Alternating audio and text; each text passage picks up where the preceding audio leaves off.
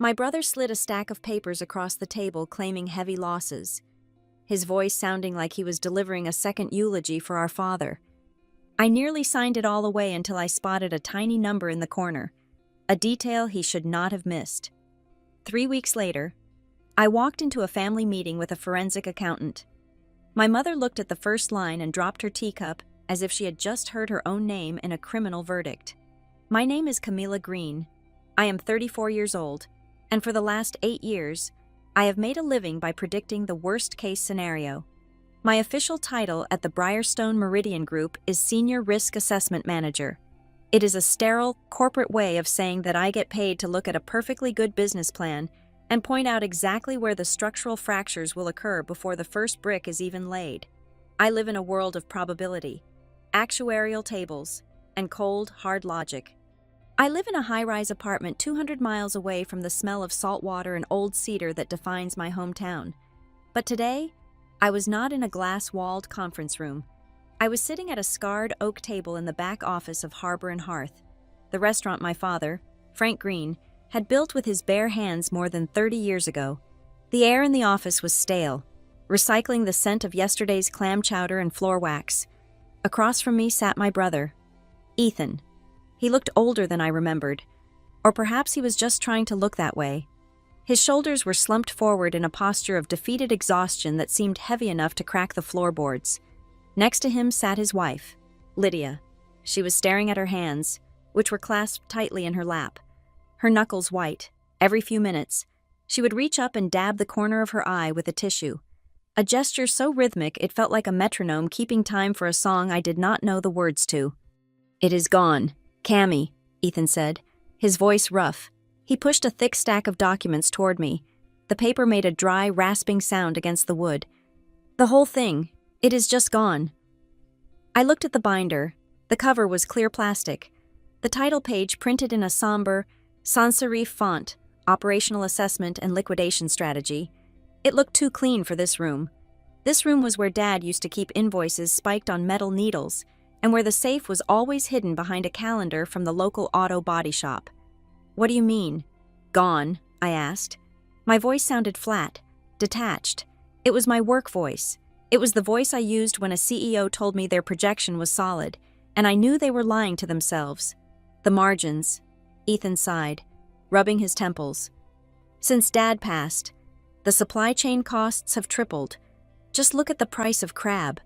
Cammy, look at the labor costs. We have been bleeding money for 11 months. I tried to plug the holes. I really did. I poured our savings into it, but we are at the end of the line." Lydia made a small, choked sound. "He has not slept in weeks.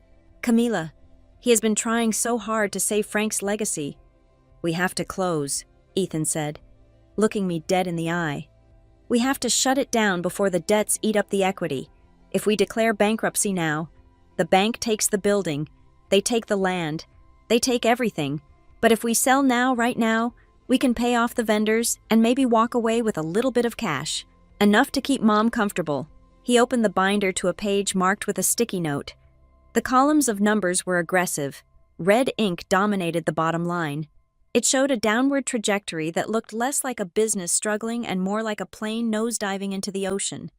"I have a buyer," Ethan said, lowering his voice. "A holding company. They want the location, not the brand. They will bulldoze it, probably put up condos. But they are offering a clean exit. They need an answer by Friday." He slid a pen across the table. It was a nice pen, heavy and expensive, not the cheap plastic ballpoints Dad used to chew on. "I need you to sign over your share of the operational rights," Ethan said. "It allows me to execute the sale on behalf of the trust. I will handle the liquidation, the lawyers, the final payouts. You just go back to the city. You do not need to watch them take the sign down. I will take that heat. I will handle the ugly part." "It is the humane thing to do," Lydia whispered. She looked up at me, her eyes shimmering with unshed tears. "Ethan wants to protect you from this mess." I picked up the pen. The weight of it felt cold in my hand. I looked at the signature line, Camila Green, co-beneficiary. It made sense. Everything they were saying made perfect, logical sense. I knew the hospitality industry was brutal. I knew independent restaurants were dying by the thousand. I knew Ethan had been the one here, day in and day out, dealing with the grease traps and the health inspectors while I was reviewing merger acquisitions in a climate-controlled office. The numbers on the page were screaming disaster, a projected bankruptcy in less than 6 months. My thumb hovered over the paper. I felt a wave of exhaustion.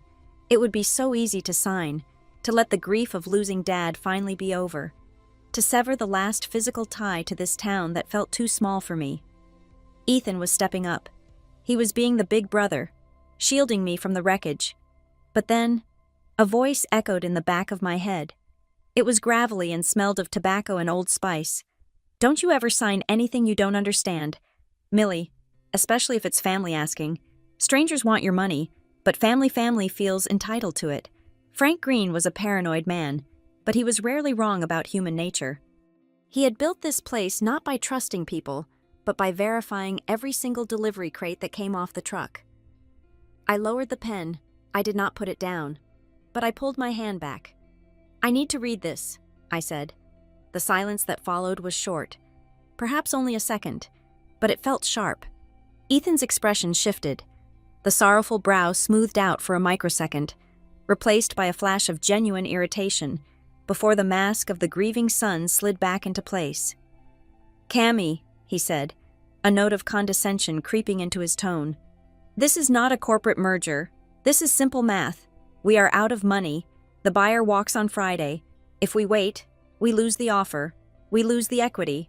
"I understand that," I said, keeping my voice even. "But I cannot sign away half of Dad's life work based on a 5-minute summary.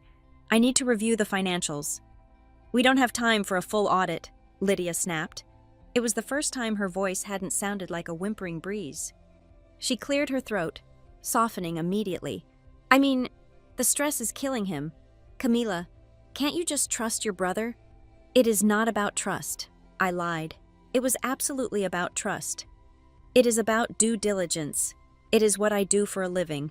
Remember, if the situation is this bad, the numbers will prove it. If the numbers prove it, I will sign. I just need time." Ethan exhaled, a long, loud breath through his nose. He leaned back in his chair, the wood creaking. "How much time?" 72 hours, I said. Ethan looked at Lydia, then back at me. He tapped his fingers on the table. 1, 2, 3, 4. "Fine," he said, forcing a tight smile that didn't reach his eyes. 72 hours, but Cammy, do not drag this out. The offer expires at noon on Friday. If you blow this for us, if you let Mom lose her cushion because you wanted to play risk manager, that is on you." "I understand," I repeated. "Take the binder," he said, waving his hand dismissively. "Go ahead. Analyze it. You will see exactly what I see. A sinking ship." He stood up, signaling the meeting was over. Lydia stood up with him, smoothing down her skirt. They looked like a team, a united front of tragedy. "We are going to go check on Mom," Ethan said. "She is taking this hard. Try not to upset her with a bunch of questions." "Okay, let her believe we have it under control." "I will," I said. They left the office. I heard the heavy door click shut, leaving me alone in the silence of the room where I used to do my homework while Dad counted the till. I sat there for a moment, listening to the hum of the old refrigerator in the corner.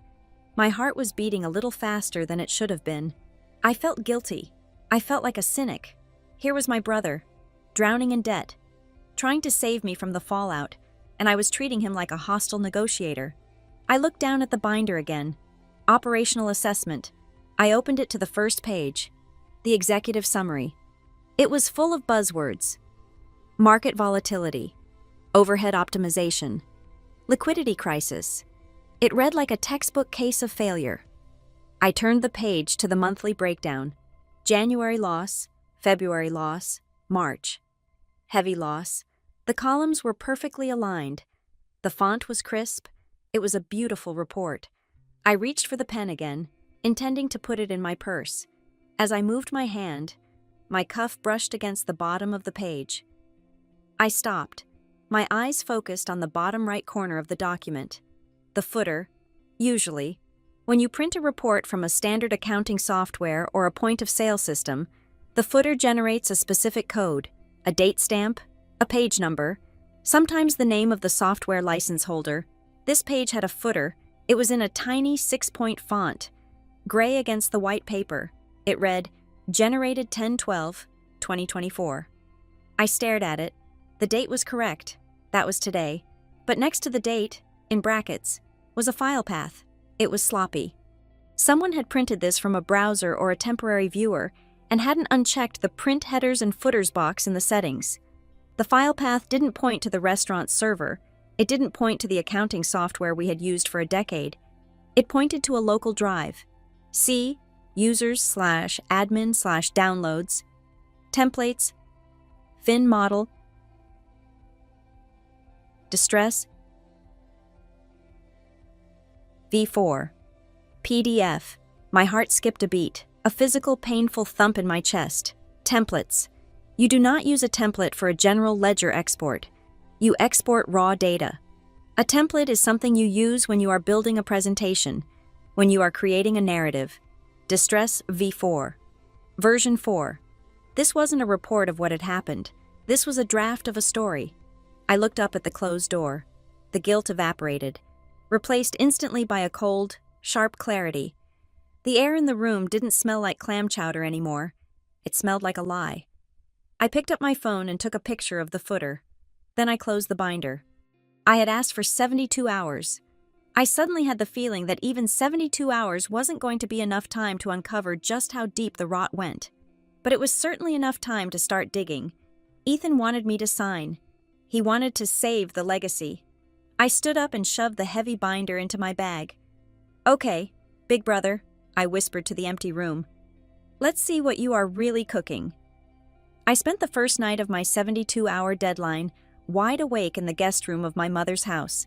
The house was quiet, filled with the heavy, muffled silence of people pretending to sleep while worrying about money. I had the binder spread out across the antique quilt on the bed, illuminated by the harsh blue light of my laptop screen. I was not reading the numbers anymore. I was looking at the art. That was what this document was. It was art. It was a performance piece. In my line of work at Briarstone Meridian, I look at financial reports all day. Real financial reports are ugly. They are exported from ancient database software that nobody has updated since the early 2000s. The columns often misalign slightly when converted to PDF. The fonts are usually Times New Roman or Courier New. Standard defaults that scream utility. Ethan's report was beautiful. The font was a crisp, modern sans serif, likely Calibri or Helvetica. The headers were shaded in a tasteful slate gray. The columns were justified, with a precision that suggested a layout tool, not an accounting export. The electronic signatures at the bottom of the vendor agreements were identical pixel for pixel, lacking the slight variations in pressure or angle that usually occur even with digital pads. It looked too clean. It looked like a brochure designed to sell a timeshare, not a ledger detailing the death of a family business. I needed to see the reality behind the spreadsheet. I could not exactly walk into the restaurant kitchen and start counting tickets without alerting Ethan, so I decided to audit the digital footprint. If the restaurant was truly bleeding out, the customer volume should reflect that. I opened a new browser window and pulled up the Yelp page for Harbor and Hearth. Ethan had told me, with tears in his eyes, that Tuesday nights were a graveyard. He said they were lucky to turn 4 tables. I scrolled to the reviews from last Tuesday. Best date night ever. Wrote a user named Sarah K92. The place was packed, but the wait was worth it for the cedar plank salmon. Definitely make a reservation. I checked the timestamp. The review was posted 2 days ago. I went to Instagram. I searched the location tag for the restaurant. Dozens of photos appeared, all uploaded within the last month. I saw tables crowded with wine glasses and appetizers. I saw a video story posted last Friday night. A night Ethan's report listed as having a 40% drop in revenue due to inclement weather. In the video, the background was a blur of motion. Servers were weaving through a packed dining room. The ambient noise was a roar of conversation and clinking silverware. The distinct sound of a business that was thriving, not dying. The caption read, "Friday Night Madness at the HH. So glad we got in before the rush." I felt a cold knot tighten in my stomach. The disparity between the digital evidence and the paper report was not just an error, it was a canyon. The next morning, I needed a coffee and a reality check from a human being. I drove into town. parking my rental car a few blocks away from the main strip to avoid being seen by Ethan or Lydia. I walked into the Daily Grind, a coffee shop that had been the town's information hub since I was in high school. I was waiting for my Americano when a familiar voice called my name. Camila Green. I turned to see Becca Lewis, a girl I had sat next to in AP English 15 years ago. She was holding a tray of muffins and looking at me with wide, surprised eyes. "I heard you were back in town," Becca said, pulling me into a quick, awkward hug. "I am so sorry about your dad. I know it has been a while, but he was such a legend." "Thank you, Becca," I said. "It has been hard. We are just trying to figure out the next steps for the restaurant." Becca nodded enthusiastically. "Well, at least you do not have to worry about the business slowing down. My husband and I tried to get a table for our anniversary last Saturday, and they told us it was a 2-hour wait. Can you believe that a 2-hour wait in November?" I froze. The cup of coffee in my hand felt suddenly very hot. "Ethan told me things were a bit slow," I said, keeping my voice casual. "He is worried about the winter slump." Becca laughed. "Ethan is crazy. If that place was any busier, they would have to start putting tables on the roof. Seriously, Cammy, whatever changes he made in the kitchen are working. It is the hottest spot in 3 counties right now." I forced a smile and made small talk for another minute before excusing myself. I walked back to my car, my hands trembling slightly. A 2-hour wait. I sat in the driver's seat and opened the binder again. I turned to last Saturday's entry. Gross revenue, $2,400. Notes: heavy rain, low foot traffic, kitchen equipment malfunction forced early closure. I checked the weather history on my phone. Last Saturday was clear and 45 degrees. There was no equipment malfunction. There was no low foot traffic. There was only a lie. Printed in black and white. But why? If the restaurant was making money, why hide it? Why create a fake crisis to force a sale? I drove to a quiet park overlooking the harbor and dug deeper into the expense reports. If the revenue was being suppressed, the expenses had to be inflated to make the bottom line look red. I ran my finger down the list of vendors. Most were familiar names: local fisheries, the produce distributor, the linen service, but then I saw a recurring line item that stood out. Apex Strategic Consulting LLC. The first charge appeared 11 months ago, shortly after Dad got sick. It was for $3,000. The description read, "Efficiency Audit." The next month, the charge was $4,500. Description: Workflow Optimization. By last month, the charge had ballooned to $9,000. Description: Retainer for Crisis Management. I had never heard of Apex Strategic Consulting. Dad never hired consultants. He believed if you could not fix a problem yourself, you did not understand your business well enough to own it. I pulled out my phone and searched for the company. No website, no LinkedIn profile, no Glassdoor reviews. I found a business registry listing. It was an LLC formed 11 months ago in Delaware, a state known for corporate anonymity. There was a phone number listed on the invoice in the binder. It was a toll-free 800 number. I dialed it. I expected a receptionist. I expected a directory menu. Instead, the line clicked once, followed by 3 sharp tones. "We are sorry. The number you have dialed is not in service. Please check the number and try your call again." I hung up. It was a ghost ship. My brother was funneling tens of thousands of dollars out of the restaurant into a hole in the ground, and he was using the resulting deficit to convince me the ship was sinking. I wanted to drive straight to the restaurant, throw the binder at his head, and demand the truth. I wanted to scream at him for betraying Dad, for betraying me, but I stopped myself. Ethan had been running this game for almost a year. He had Lydia on his side. He had the emotional leverage over Mom. If I walked in there now with just a disconnected phone number and a few Instagram photos, he would spin it. He would say the Instagram photos were old. He would say the consultant was a freelancer who changed his number. He would say I was a corporate shark trying to discredit him because I did not want to share the burden of the debt.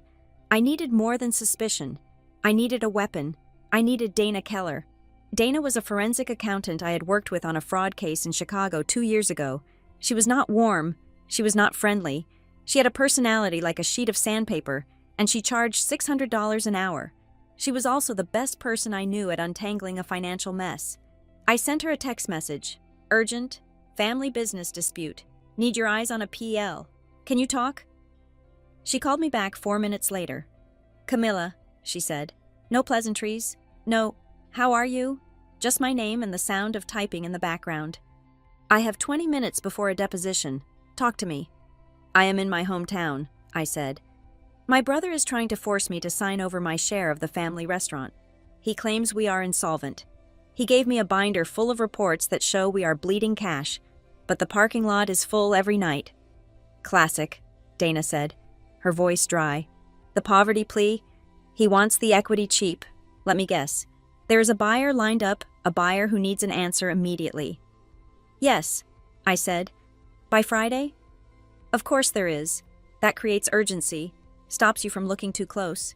Send me the documents. I only have hard copies, I said. I can scan them. Do not scan them, Dana commanded. Take high-resolution photos of the pages. I want to see the edges. I want to see the paper. And send me the raw data export if you can get it. I can't get into the system yet, I said. He has the office locked down. Send the photos then. And Camilla. Yes. Does the report have a line item for consulting or management fees? Yes, I said, a chill running down my spine at her accuracy. Apex Strategic Consulting. The number is disconnected. There is your siphon, Dana said. He is washing the profit out through a shell company to lower the net income. If the net income is low, the valuation of the business drops. He buys you out for pennies on the dollar based on the lowered valuation, then stops paying the fake consultant, and suddenly the business is profitable again. It is fraud. Camilla. Plain and simple. I sat there in the car, listening to the seagulls scream over the harbor. Hearing it laid out so clinically made it real in a way that my own intuition had not. This was not just my brother being bad at business. This was my brother stealing from me. I need to prove it, I said. He has an explanation for everything. Send me the pictures, Dana said. I will run a structural analysis on the document itself. If he is sloppy enough to use a fake consulting firm, he is sloppy enough to leave fingerprints on the paperwork. I spent the next hour photographing every single page of the binder. I sent them to Dana in a secure encrypted folder. Then I waited. I drove back to my mother's house and sat in the kitchen, drinking tea with Mom. She looked frail. She kept talking about how hard Ethan was working, how tired he looked. He is just like your father, she said, her eyes misty. He tries to carry the whole world on his shoulders. I had to bite the inside of my cheek to keep from screaming. He was not carrying the world. He was robbing the world. My phone buzzed in my pocket. It was a message from Dana. Call me. Now. I excused myself and went out to the back porch. The wind was picking up, rattling the old wind chimes my father had hung years ago. Did you find something? I asked as soon as she picked up. I am looking at the variance analysis on page 42, Dana said. Her voice was different now. The boredom was gone, replaced by the sharp focus of a predator who has caught a scent. What is wrong with it? The math works, Dana said. The columns sum up correctly, but the font kerning is off. The what? The spacing between the letters, Dana explained. When an accounting system generates a report, it uses a fixed grid. The numbers line up because the software places them in specific coordinates. On this page, and on the 3 pages before it, the spacing shifts. It is microscopic, but it is there. It suggests that these numbers were not populated by a database. What does that mean? I asked, gripping the railing of the porch. It means someone typed them in, Dana said. She paused, letting that sink in. Camila, she continued, her voice dropping an octave. I need you to listen to me very carefully. Usually, when I see these cases, a bad manager edits a real report to hide a few things. They delete a row here, change a figure there. Okay, I said. But this is different, Dana said. I am looking at the metadata of the font rendering. The distortions are uniform across the entire document. The headers, the footers, the data fields, they all have the same artificial spacing. I do not follow, I said. What are you telling me? I am asking you a question, Dana said, and the answer is going to determine whether we are dealing with a civil dispute or a criminal conspiracy. Camila, Do you have any reason to believe that this report was ever inside the restaurant's computer system at all? I thought about the file path I had seen. Templates, Fin Model Distress V4. No, I whispered. I think it is a template. Exactly, Dana said. This is not a manipulated report. Camilla, this is a complete fabrication. He did not just change the numbers. He invented a ghost restaurant on paper that has nothing to do with the real one. We are not looking at a business that is losing money. We are looking at a work of fiction. The realization that the report was a total fabrication hit me like a slap in the face, but anger wasn't useful yet. I needed ammunition. Dana Keller was already 3 steps ahead of me, her mind operating like a finely tuned machine designed to disassemble lies. We need to build a shadow ledger, Dana told me over the phone. Her voice was crisp, cutting through the static. If the official books are fiction, we reconstruct the reality from the outside in. I need bank statements, point-of-sale data, vendor invoices, and reservation logs, anything that leaves a digital footprint he can't edit. I can't access the bank accounts, I said, pacing the small guest room. Ethan has sole signatory rights on the operating account. Dad set it up that way when he got sick. Then we go around the bank, Dana countered. Get me the reservation data, OpenTable, Reci, whatever platform you use, those systems are third-party. He can't scrub their servers. I hung up and immediately thought of Sarah Jenkins. Sarah had been the hostess at Harbor and Hearth for 5 years before she left to manage a boutique hotel on the other side of town. She still had friends on the inside. I met Sarah at a diner on the outskirts of town, far enough away that we wouldn't be spotted by anyone in Ethan's circle. When I explained what I needed, her expression shifted from polite curiosity to concern. He told you they were closing, Sarah asked, stirring her iced tea. That is insane. Cammy, I had drinks with the current floor manager, Mike, just last week. He was complaining that they were so overbooked on weekends they were turning away regulars. He said they were doing 200 covers a night easily. Can you get me the logs? I asked. Just a screenshot. Anything to prove the volume. Sarah hesitated for a moment, then pulled out her phone.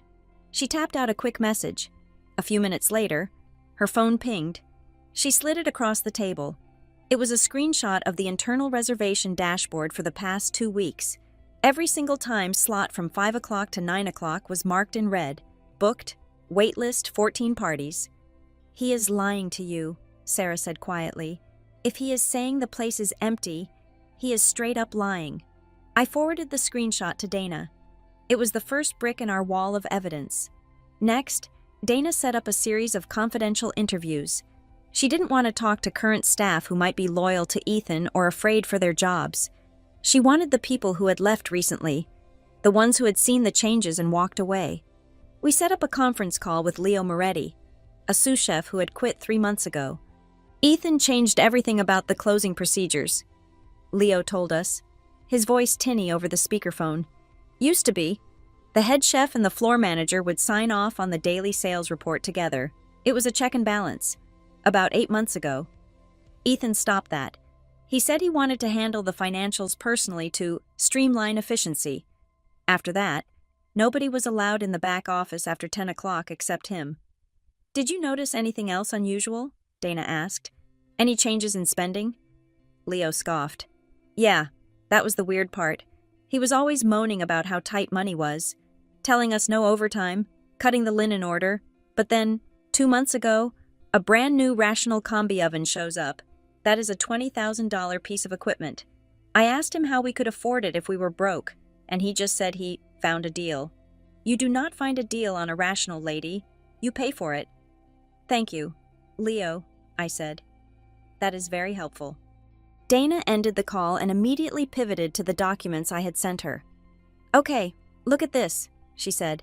I had her on video chat now, and she was sharing her screen. She had the official report Ethan had given me open next to a standard industry PL statement. See this column here? Miscellaneous operational expenses. It is a catch-all category. In a healthy restaurant, this should be maybe 2% of gross revenue.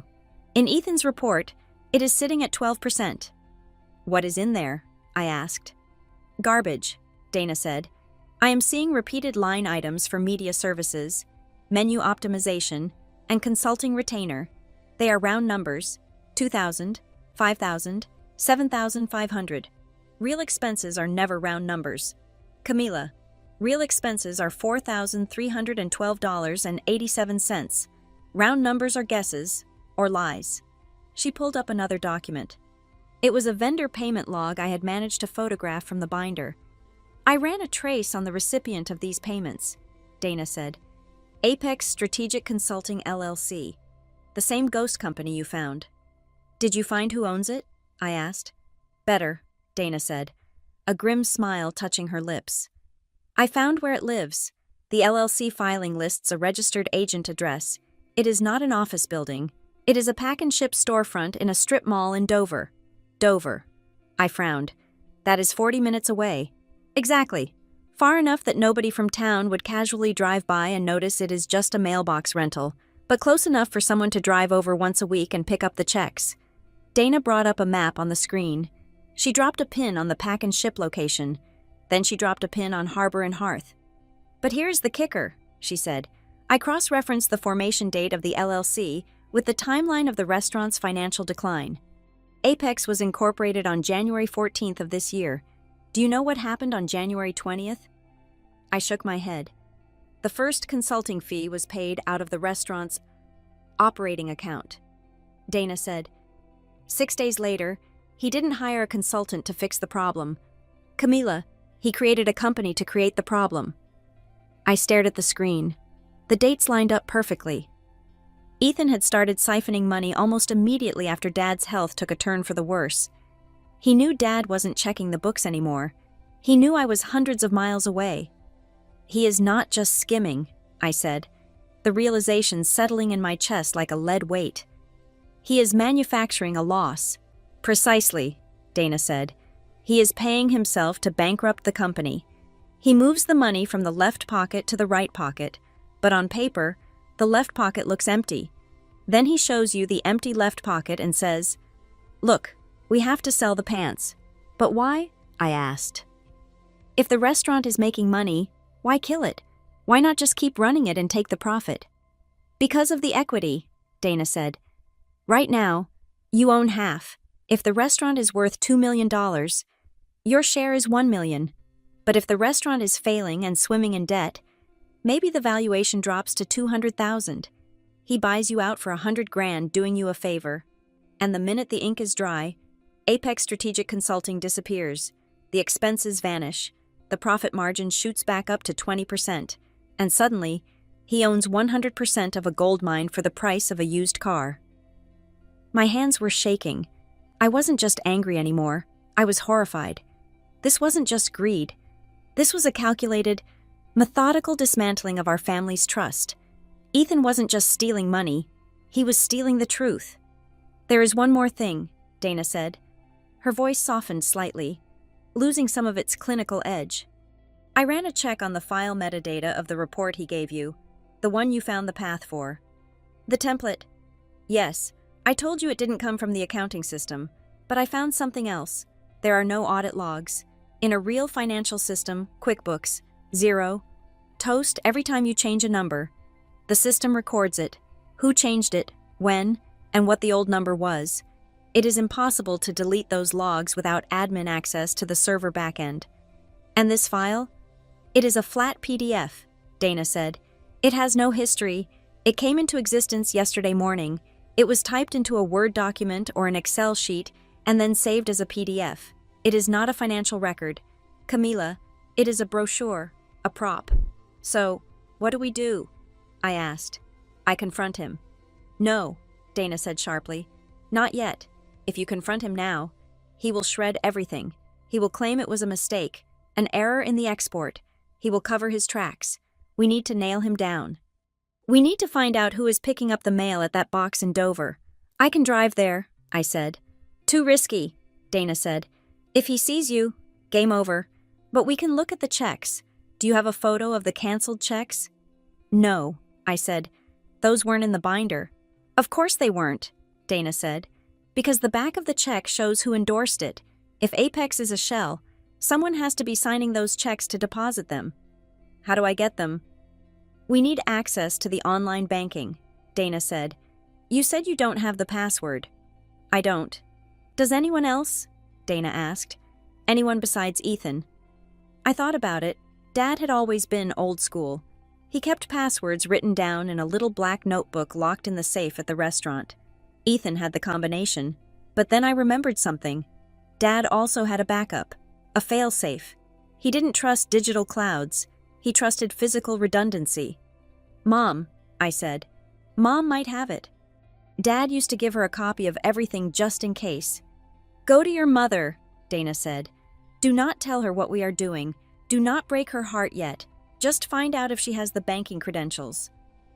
I found Mom in the garden, pruning the hydrangeas. She looked up and smiled, but the worry lines around her eyes were deep. How are you doing, sweetie? She asked. Have you talked to Ethan? I am looking over the papers. Mom, I said gently. I just wanted to double-check some of the older records. Did Dad ever leave a list of the account passwords with you for the bank? Mom frowned, thinking. Oh, he had that little book. He always told me. Elaine, if anything happens to me, the book is in the cookie jar. Can you believe that the ceramic bear in the kitchen? I felt a surge of affection for my father's simple, stubborn security measures.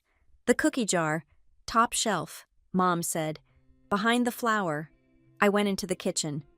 I stood on a chair and reached for the ceramic bear. It was dusty. I lifted the lid. Inside, nestled among a few stale packets of sugar, was a small, leather-bound notebook. I opened it. Dad's handwriting was shaky but legible. Harbor Operating Act User F. Green Owner, Pass Mackerel 888. My heart hammered against my ribs. I pulled out my phone and logged into the bank's mobile app. I entered the username. I entered the password. It loaded. I was in. I navigated to the transaction history. I filtered for check images. I scrolled until I found a payment to Apex Strategic Consulting for $8,000, dated last month. I tapped the image to flip it over. The endorsement on the back was a scrawl. It wasn't Ethan's signature. It was messy, almost illegible. But underneath the signature, someone had printed the name for the mobile deposit, Carter Vance. I stared at the name, Carter Vance. I knew that name. Carter Vance was Ethan's best friend from high school. The one who had moved away years ago to work in finance, but had recently moved back. I had seen him at the restaurant a few times, sitting in the back booth, laughing with Ethan. Gotcha, I whispered. I took a screenshot and sent it to Dana. Her reply came back 10 seconds later. Bingo, we have the bagman. It is not just embezzlement anymore, Camilla. It is conspiracy. One more thing, Dana texted. Look at the refunds section in the POS data you got from Sarah. Are there a lot of voids? I went back to the screenshot Sarah had sent. I zoomed in. Void comp $450. Reason manager meal. Void comp $320,000. Reason spilled wine. Void comp $500,000. Reason customer complaint. The list went on and on. Hundreds of dollars a night being voided out of the system. He is voiding cash tables. I texted Dana. Customer pays cash. He pockets the cash, then voids the ticket in the system so it looks like the sale never happened. That lowers the recorded revenue. Classic skimming, Dana replied. And very illegal. The taxman would be very interested in this. I sat at the kitchen table, the little black notebook open in front of me. The evidence was piling up. The fake consultant, the inflated expenses, the voided cash transactions, the ghost company run by his best friend. It wasn't a tragedy. It was a heist. And the victim wasn't just me. It was Mom. It was Dad's legacy. This is not a failing business, I said to myself, echoing Dana's words. This is a crime scene. The phone rang. It was Ethan. Hey, Cammy, he said. His voice was bright, falsely cheerful. Just checking in. You about done with that review? The buyer is getting antsy. I took a deep breath. I channeled every ounce of professional detachment I had learned in 10 years of corporate risk management. Almost there, Ethan, I said smoothly. Just verifying a few last details. I will have an answer for you soon. Great, he said. Don't overthink it. It is pretty black and white. You are right, I said, looking at the signature of Carter Vance on the screen. It is very black and white. I hung up. Dana sent one final message. We have the how. Now we need the why. Why now? Why the rush? People don't steal this aggressively unless they are on a clock. Find out what Ethan is really planning. The digital map on Dana's screen looked less like a financial flowchart and more like the schematic of a parasitic infection. She had spent the last 6 hours tracing the pathways of every cent that had left the restaurant's operating account in the last 11 months. And the resulting web was a testament to my brother's desperation and his audacity. It is a classic wash cycle, Dana said, her voice tinny through the laptop speakers. She used her cursor to circle a cluster of transactions. He moves the cash from Harbor and Hearth to Apex Strategic Consulting. That is the first hop. We already knew that. But I followed the money out of Apex. I leaned closer to my screen, squinting at the lines connecting the boxes. Where does it go? It fragments, Dana explained. About 40% of it stays in the Apex account, presumably to cover Carter Vance's fee for setting up the shell. But the other 60%, it moves again within 48 hours. It goes to a digital wallet service, then to a generic holding account, and finally, it lands here. She clicked on a box at the bottom of the screen. L.G. Design Studio. Lydia, I whispered. Does his wife run a design business? Dana asked. She has a hobby studio, I said, feeling a fresh wave of nausea. She makes custom greeting cards and table centerpieces. She makes maybe $500 a year at the Christmas craft fair. Well, Dana said dryly, according to this, her studio has invoiced Apex Strategic Consulting for creative direction, totaling nearly $45,000 this year. It was a closed loop. Ethan was stealing from the restaurant, washing it through his best friend's fake company, and depositing it right back into his wife's pocket. They were cannibalizing my father's legacy to fund their own lifestyle, all while crying poverty to me. But then Dana pointed to another line, a thin red thread that didn't go to Lydia. It went back to Carter Vance, but not to the Apex account. It went to a personal account. Who is this guy really? Camila, Dana asked. I see the payments. I see the LLC. But friends do not usually commit felonies for each other just for a small cut. There is a lot of trust here, or leverage. I closed my eyes and let my memory drift back. Carter Vance. I hadn't thought about him in years, but now the image was sharp. High school. Carter was the guy who always had the newest sneakers but no job. He was the one who sold pirated DVDs out of his locker. He was Ethan's shadow. I remembered a day about 6 months ago, when I was home for a weekend visit. I had stopped by the restaurant to say hello. The door to the back office was slightly ajar. I heard Ethan laughing a low, conspiratorial laugh I rarely heard anymore. I had peeked in. Ethan was sitting behind the desk, and Carter was sitting on the edge of it, flipping a coin. When they saw me, the laughter died instantly. Carter had hopped off the desk, smoothed his jacket, and flashed a smile that didn't reach his eyes. Just talking fantasy football. Cammy, he had said. He is an enabler. I told Dana. He is the guy Ethan calls when he wants to do something stupid but doesn't have the guts to do it alone. Carter provides the mechanism. Ethan provides the money. Well, their mechanism is getting sloppy, Dana said. Look at the invoicing structure. She pulled up a spreadsheet comparing the consulting fees month over month. January $3,000, February $3,500, March $4,000. It goes up by exactly $500 every month until it caps at $8,000. That is not how billing works. You do not accidentally incur costs in perfect $500 increments. This is a salary payout schedule. They are treating the theft like a paycheck. I stared at the numbers. It was so arrogant. They didn't even try to make it look random. They assumed nobody would ever look this deep. They assumed I would just sign the papers and walk away. There is something worse, Dana said. Her tone shifted. The clinical detachment was gone, replaced by a note of genuine professional alarm. I ran a title search on the restaurant property, just to be thorough. I wanted to see if there were any liens we didn't know about. There shouldn't be, I said confidentially. Dad paid off the mortgage in 1998. We had a bonfire on the beach. He burned the note. It was one of the happiest days of his life. I am sure it was, Dana said softly. But there is a new mortgage, Camila. The air left the room. What? Recorded 6 months ago, Dana said. A secured business loan against the deed. $300,000. Lender is a private equity firm based in Chicago. High interest. Short term. That is impossible, I stammered. Ethan can't take out a mortgage on the building without my consent. We are co-trustees. The deed requires both signatures for any encumbrance over $50,000. Dana didn't say anything. She just opened a new file and dragged it onto the shared screen. It was a loan agreement. Secured promissory note. I scanned the document, my heart hammering against my ribs like a trapped bird. I saw Ethan's signature, bold and heavy in blue ink, and then, right next to it, I saw mine. Camilla Green. It wasn't wet ink, it was a digital stamp.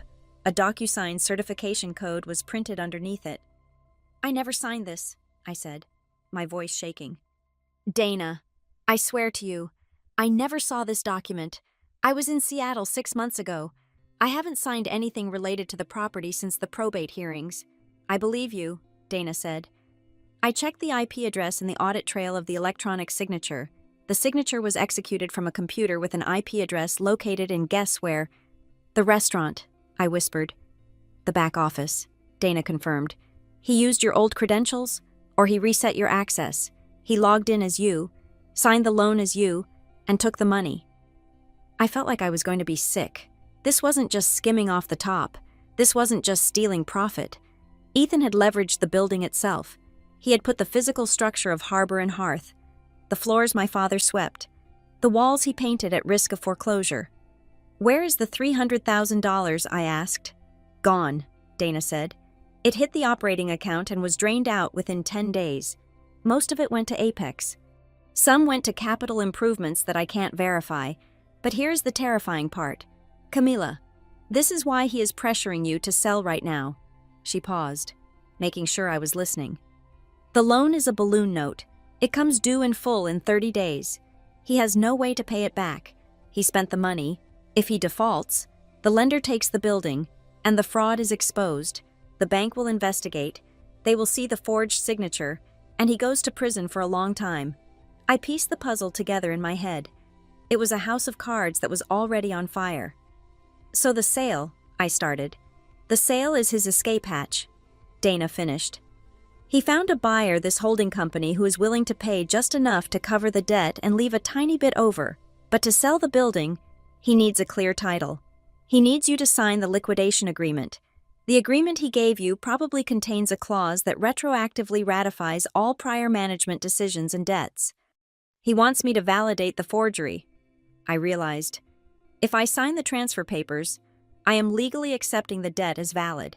I am effectively saying, yes, I agreed to this loan.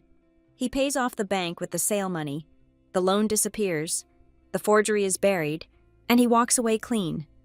And you, Dana added, you walk away with nothing, thinking the business just failed. He paints you as the sister who gave up, the one who let the legacy die because she didn't want to fight for it. He gets to play the tragic hero who tried his best, while you get to be the villain who signed the kill order. I sat back in the chair, the weight of the betrayal crushing me. It was so much more personal than I had realized. Ethan didn't just want the money. He wanted the narrative. He wanted to destroy my reputation to save his own skin. He was willing to gaslight the entire family, to look our mother in the eye and lie about Dad's work, just to cover up his own incompetence and greed. I looked at the digital signature on the screen, my name, stolen and used to destroy what I loved. He thinks he is smart, I said, my voice hardening. He thinks because I live in the city, because I work in corporate risk, that I am soft. He thinks I will just sign to avoid the conflict. He is banking on your emotions, Dana said. He brought your mother to that meeting for a reason. He knows you won't want to upset her. He is right, I said. I don't want to upset her. I stood up and walked to the window. The sun was setting over the harbor, turning the water a deep, bruised purple. But I am not going to protect him anymore, I said. What is the play? Dana asked. We have enough for a police report right now. Fraud, forgery, grand larceny. We could have him in handcuffs by dinner time. No, I said instantly. If we arrest him now, the story becomes about the scandal. The restaurant gets seized as evidence or assets. Mom dies of a broken heart seeing her son in the news. The town remembers Frank Green's legacy as a crime scene. So what do you want to do? I want him to admit it, I said. I want him to say it in front of the family. I want Mom to see who he really is, not what the police say he is, and I want to save the restaurant. That is a tall order, Dana warned. The loan is due in 30 days. I have money, I said. I have savings. I can cover the balloon payment if I have control of the accounts, but I need to get him out. Completely. Okay, Dana said. Then we don't tell him we know. Not yet. No, I agreed. We let him think he has won. He wants a signature, I will give him a meeting. I picked up my phone. Ethan had sent me 3 texts in the last hour, asking for an update, thinking about you. Cammy, hope you're making the right choice for Mom. I stared at the message. The manipulation was so transparent now. I typed a reply. I have reviewed the numbers. Let's meet on Sunday. Bring Mom. I think I'm ready to sign. I hit send. He is going to bring the papers, Dana said. He is going to have a notary ready. Let him, I said. I am bringing something too. I will prepare the exhibit binder, Dana said. Timeline, bank traces, the forgery analysis. We will walk in there with a nuclear warhead in a briefcase. Dana, I said, pausing before I cut the connection. Thank you. Do not thank me yet, she said. Sunday is going to be ugly. When you corner a rat, especially a rat that thinks it is a lion, it bites. I know, I said. I am counting on it. I closed the laptop. The room was dark now. I didn't turn on the light. I sat in the shadows, thinking about the brother I used to have, the one who taught me how to skip stones, the one who protected me from bullies on the playground. That brother was gone. The man waiting for me on Sunday was a stranger wearing his face, and I was about to introduce him to the sister he didn't know he had. The vibration of my phone on the bedside table sounded like a warning alarm. It was Saturday morning, 24 hours before the deadline. I picked it up. The message was from Ethan. Sunday at 1 o'clock. Mom is making pot roast. She really wants us to get this settled so she can stop worrying. See you there. I stared at the screen. It was a masterclass in manipulation. By setting the meeting over Sunday lunch, he was grounding the negotiation in family tradition. By mentioning Mom's pot roast, he was invoking the ghost of our childhoods. And by explicitly stating that Mom wanted this settled, he was preemptively casting any objection I raised as an attack on her peace of mind. He was using our mother as a human shield. I took a deep breath and typed my reply. I needed to sound beaten. I needed him to believe that the fight had already left me. Okay, I will be there. I just want to do what is best for everyone. If the numbers say we have to sell, then I guess we have to sell. I hit send. The response came back instantly. A thumbs up emoji. He took the bait. He thought I was folding. He thought the corporate risk manager had looked at his terrifying spreadsheet, panicked, and decided to cut her losses. He had no idea that while he was planning a victory lunch, I was preparing an indictment. I spent the next 2 hours on a video call with Dana. She had compiled everything into a single, devastating PDF. But for tomorrow, we needed physical props. People like Ethan do not fear data, Dana said, holding up a file folder on her screen. They fear exposure. If you just talk about numbers, he will talk over you. He will use emotional buzzwords. You need to put something on the table that he cannot talk his way out of. I have a printer here, I said. Tell me how to organize it. Color code it, Dana instructed. Blue for the bank statements. Red for the discrepancies. Yellow for the shell company evidence. When you lay them out, I want it to look like a police board. Make it visual. Make it undeniable. I printed the documents. The stack was thick. The blue pile. The real reservation logs from OpenTable showing a full house versus Ethan's fabricated spreadsheets showing an empty dining room. The yellow pile. The corporate registration for Apex Strategic Consulting, linking it to the mailbox in Dover, and the endorsed check with Carter Vance's signature. The red pile. The loan documents. The $300,000 mortgage taken out against the building, featuring the digital forgery of my signature. This red pile, Dana said, her voice serious. This is your nuclear option. You do not lead with this. You save it for when he tries to run. I understand, I said. And Camila, Dana added, I need you to secure your flank. If he realizes he is cornered, he might try to move the money or sign the sale agreement before you can legally stop him. You need an injunction ready to go. She was right. I grabbed my coat and drove into town to see Marcus Thorne. Marcus was a real estate attorney who had handled the deed transfer when Dad passed away. He was 60 years old, wore suspenders, and his office smelled like old law books and peppermint. He wasn't a shark, but he was honest, which in this situation was exactly what I needed. I didn't show him everything. I didn't want to implicate Ethan in a crime just yet. I just showed him the loan document. Mr. Thorne, I said, sliding the paper across his mahogany desk. I need you to look at this signature. He put on his reading glasses and peered at the document. He frowned. That is your name. Camila, he said. But that is not your signature. You loop your C differently, and you never use a digital stamp for a deed restriction. Your father would roll over in his grave. I didn't sign it, I said. I need you to draft an emergency motion to freeze the title. I am not filing it yet, but I want it signed and ready to be filed at the courthouse the minute the doors open on Monday morning if things go wrong tomorrow. Marcus looked at me over the rim of his glasses. He saw the tension in my jaw. He saw the lack of sleep in my eyes. Is Ethan in trouble? He asked quietly. Ethan is confused, I said carefully. He thinks he owns things that do not belong to him. I am just going to clarify the boundaries. Marcus nodded slowly. He didn't ask any more questions. He drafted the motion. I signed the affidavit. Now, no matter what Ethan tried to pull, even if he forged my signature on the sale documents. We had a sworn statement predating the sale, stating that I did not consent. I left his office feeling a little lighter. The legal safety net was in place. Now I needed to close the loop on the operation. I drove to the employee parking lot behind Harbor and Hearth. I had arranged to meet Mike, the floor manager, during his break. Mike was smoking a cigarette by the dumpster, looking tired. When he saw me, he straightened up and stomped it out. Miss Green, he said, I didn't think I'd see you here. I am not here. Mike, I said, this conversation never happened, but I need to ask you something. You told me earlier that Ethan took over the financial reporting. Yeah, Mike said, crossing his arms. About 8 months ago, locked us all out of the back office. Has he done anything with the computer system recently? I asked. Specifically, the admin access? Mike laughed, a dry, humorless sound. Funny you ask. Just yesterday, I tried to log into the inventory management system to order napkins. My password didn't work.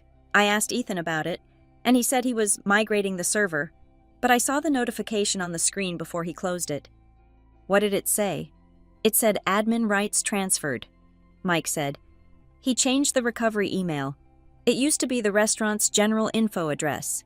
He changed it to a Gmail account, something like hhliquidation@gmail.com. I felt a chill. Liquidation. He wasn't just planning to sell. He was planning to erase the history. If he transferred the admin rights to a private email, he could delete the entire database remotely once the sale went through. He could wipe the reservation history, the sales data, the employee time logs. He could delete the evidence of his theft with a single click. Thank you, Mike, I said. If anyone asks, I wasn't here. Good luck, Miss Green, Mike said. Whatever's going on, I hope you save the place. We love working here. But the vibe lately, it feels like a funeral. I drove back to my mother's house. The pieces were all there. I had the motive. I had the method. I had the proof. And now I had confirmation that he was in the final stages of a cover-up. But I needed one last thing. I needed him to be confident.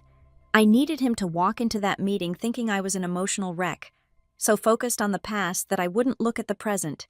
I sat in my car in the driveway and called him. Hey, Cammy, he answered on the second ring. You ready for tomorrow? I think so, I said, letting my voice wobble just enough. I was just looking through some of Dad's old things. I found that picture of us from the opening day. Do you remember? You were wearing that ridiculous bow tie? Ethan chuckled. It sounded genuine, which made it worse. Yeah, I looked like a waiter at a penguin wedding. I I want to make sure we keep some things, I said. If we sell the building, can we make sure we keep the framed $1 bill from behind the bar and the sign I don't want the new owners to throw them in the trash? Of course. Cammy, Ethan said, his voice dripping with soothing condescension. We will keep all the memorabilia. I will put it in the contract. We are not erasing Dad. We are just making a smart business move. Okay, I said. That makes me feel better. Thanks, Ethan. You are right. It is just a building. We have to be practical. Exactly, he said. You are being smart. I am proud of you. See you tomorrow. He hung up. I lowered the phone. I am proud of you. The audacity of it made my blood run cold. He was proud that he had successfully tricked me. He was proud that he had manipulated his little sister into signing away her inheritance so he could cover his gambling debts or bad investments or whatever hole he had dug for himself. I went inside and went straight to my room. I laid the color-coded documents out on the bed. Dana sent me a final text. Strategy for tomorrow. Do not make a speech. Do not accuse him of being a thief. Not at first. If you accuse him, he will get defensive and make a scene to shut down the meeting. He will storm out. Then what do? I texted back. You ask questions. Dana replied. Specific, technical questions. Liars prepare for the big picture. They have a story for, why are we losing money? They do not have a story for, why does this specific transaction ID not match the bank statement? Ask these 3 questions. 1. Why does the point-of-sale system show $12,000 in revenue last Saturday, but your report shows $2,002? Who is Apex Strategic Consulting, and why do they share an address with a mailbox rental center? 3.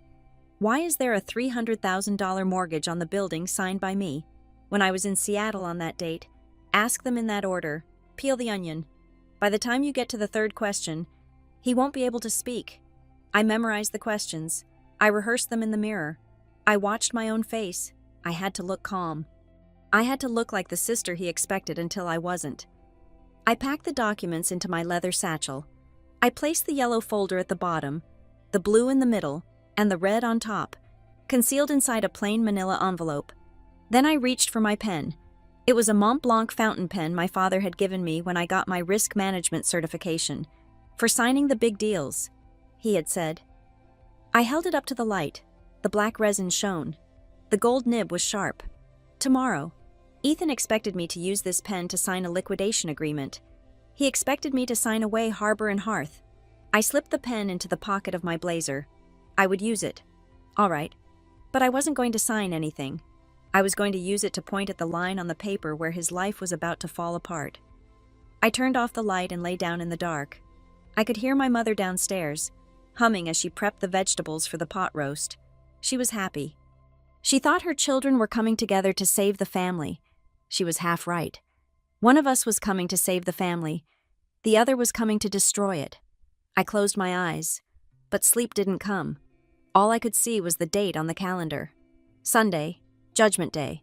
The smell of slow-cooked pot roast filled my mother's dining room, a scent that usually signaled comfort and lazy Sunday afternoons. Today, however, it smelled like a trap. The table was set with the good china, the plates with the gold rims that Mom only brought out for Christmas and funerals. In a way, I suppose this was appropriate. If Ethan had his way, we were burying the family business today. I arrived precisely at 1 o'clock. I did not come alone. When I walked in, Ethan was already pouring wine. He looked up, his smile freezing halfway up his face when he saw the woman standing next to me. Dana Keller wore a charcoal gray blazer and carried a leather briefcase that looked heavy enough to crush a skull. "Who is this?" Ethan asked, the bottle of Merlot hovering over a glass. "This is Dana," I said, keeping my voice light. "She is a specialist in business valuation. Since we are talking about selling Dad's legacy, I wanted a second pair of eyes to make sure we are getting a fair deal. I knew you would want that too." Ethan's jaw tightened, but he couldn't object without looking suspicious in front of Mom. Mom came out of the kitchen, wiping her hands on her apron. She looked frail, her eyes darting nervously between us. "Oh, a guest," Mom said, her voice trembling slightly. "I can set another place." "No need. Mrs. Green," Dana said. Her tone was polite but entirely devoid of warmth. "I am just here to observe the paperwork." We sat down. The tension in the room was so thick, it felt like physical pressure against my eardrums. Lydia sat next to Ethan, clutching a handkerchief. She looked pale. Aunt Sarah and Uncle Bob were there too, sitting at the far end of the table, looking uncomfortable. They were the witnesses Ethan had brought to validate his narrative of the grieving, burdened son. We ate in silence for 20 minutes. The clinking of silverware against porcelain sounded like gunshots. Finally, Ethan pushed his plate away. He reached under his chair and pulled out the familiar clear plastic binder. He slid it across the white tablecloth toward me. It stopped right next to my wine glass. "We need to do this, Cammy," Ethan said. His voice was low, laced with a practiced sorrow. "I know it is hard. It breaks my heart too. But the buyer needs the signature by tomorrow morning or the deal is off. If we don't sign, the bank forecloses next month. Do not let Dad's legacy become a pile of debt. Sign it, and we can all move on." Lydia sniffed loudly. "Please, Camila, for your mother's sake." I looked at the binder. Then I looked at my mother. She was staring at her hands, her shoulders hunched as if she were waiting for a blow. "I agree," I said. "We need to protect the legacy." Ethan uncapped a pen and held it out to me. "Here, just right there on the bottom line."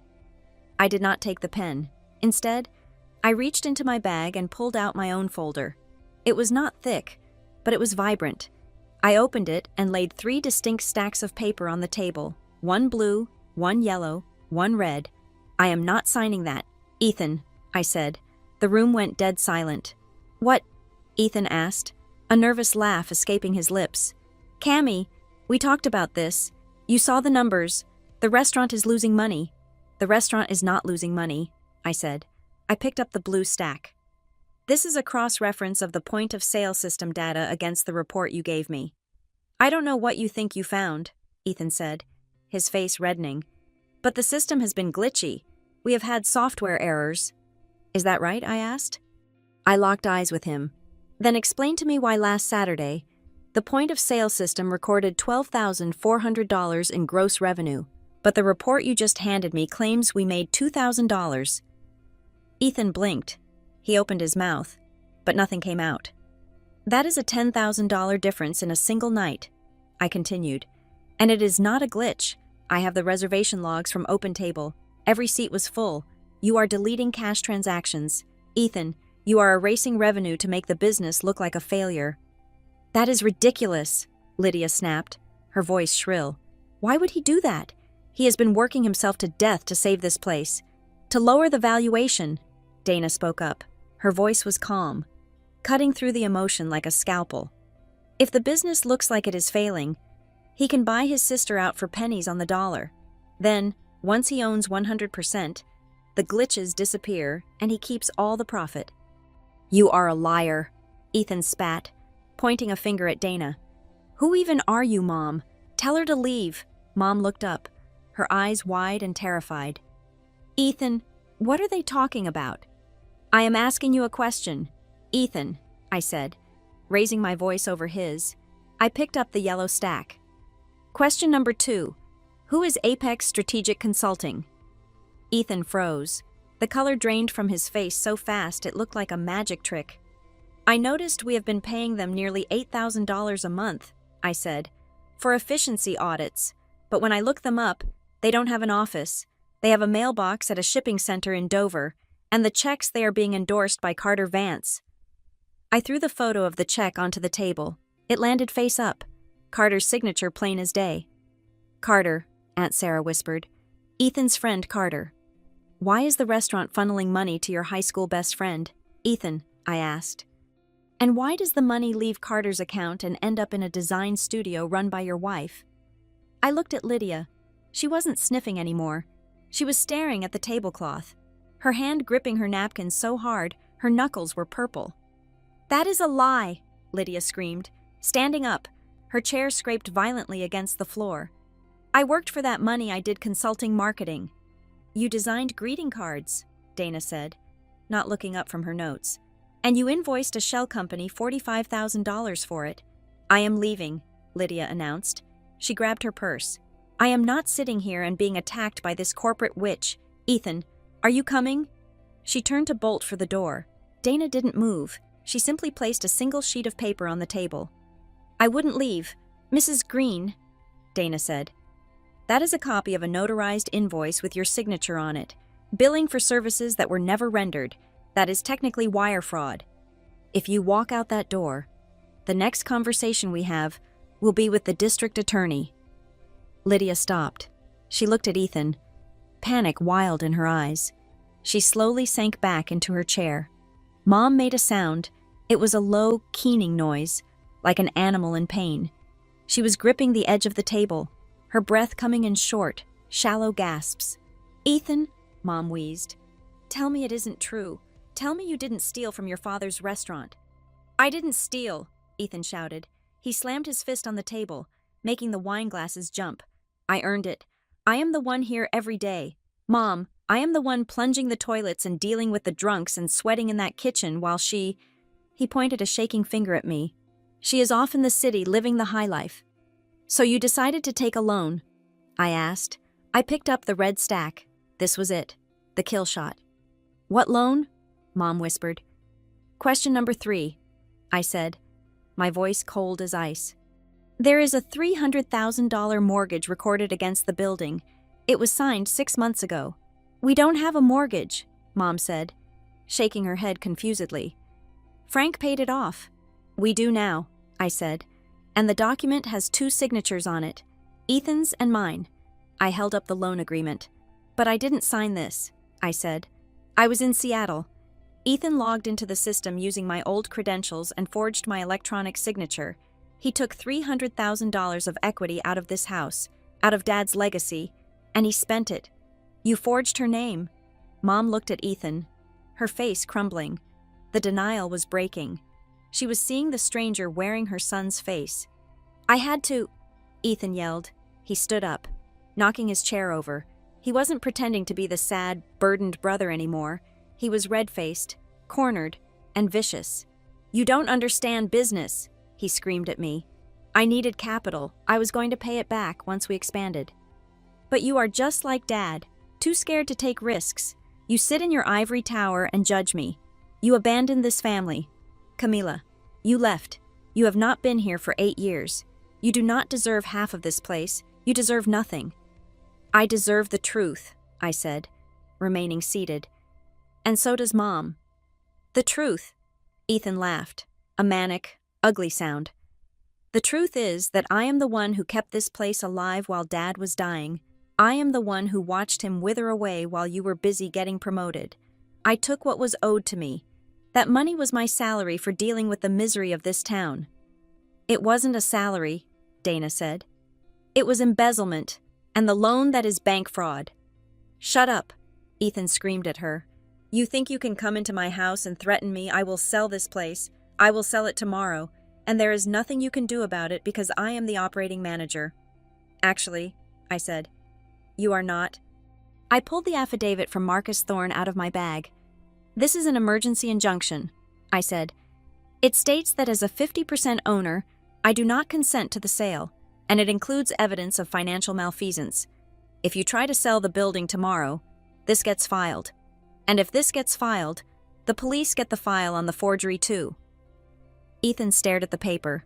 His chest was heaving. He looked at Lydia, who was weeping silently into her hands. He looked at Mom, who had turned pale gray and was clutching her chest, gasping for air. Mom, I said, standing up quickly. Mom. Mom didn't answer. She slumped sideways, her hand grasping for the water glass and knocking it over.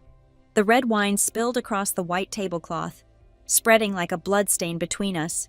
Call 911, Aunt Sarah screamed. Ethan stood there, frozen, staring at the spreading stain.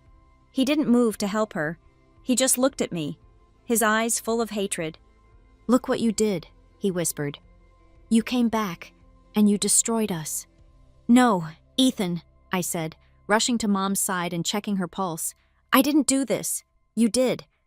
The paramedics had left 20 minutes ago, leaving behind the smell of antiseptic rubbing alcohol that clashed violently with the lingering scent of the pot roast. They had stabilized Mom, attributing her collapse to an acute panic attack and a spike in blood pressure. But they advised rest. She was lying on the sofa in the living room now, a cold compress on her forehead, her eyes squeezed shut as if she could block out the reality of her children tearing each other apart. But the silence didn't last. The moment the ambulance pulled away, the house erupted. "You happy now?"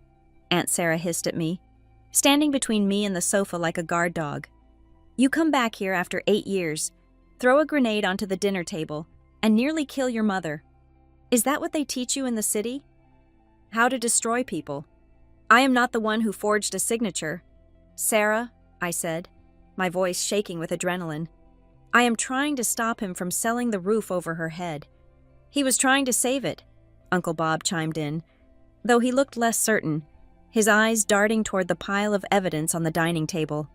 "Ethan has been the man of the house. Camila, you don't know the pressure he has been under." Ethan, who had been pacing the kitchen like a caged tiger, seized on the opening. He stormed into the living room, his face flushed not with shame, but with indignation. "Exactly," Ethan said, gesturing wildly. "You call it stealing, I call it survival. I call it compensation." "Compensation?"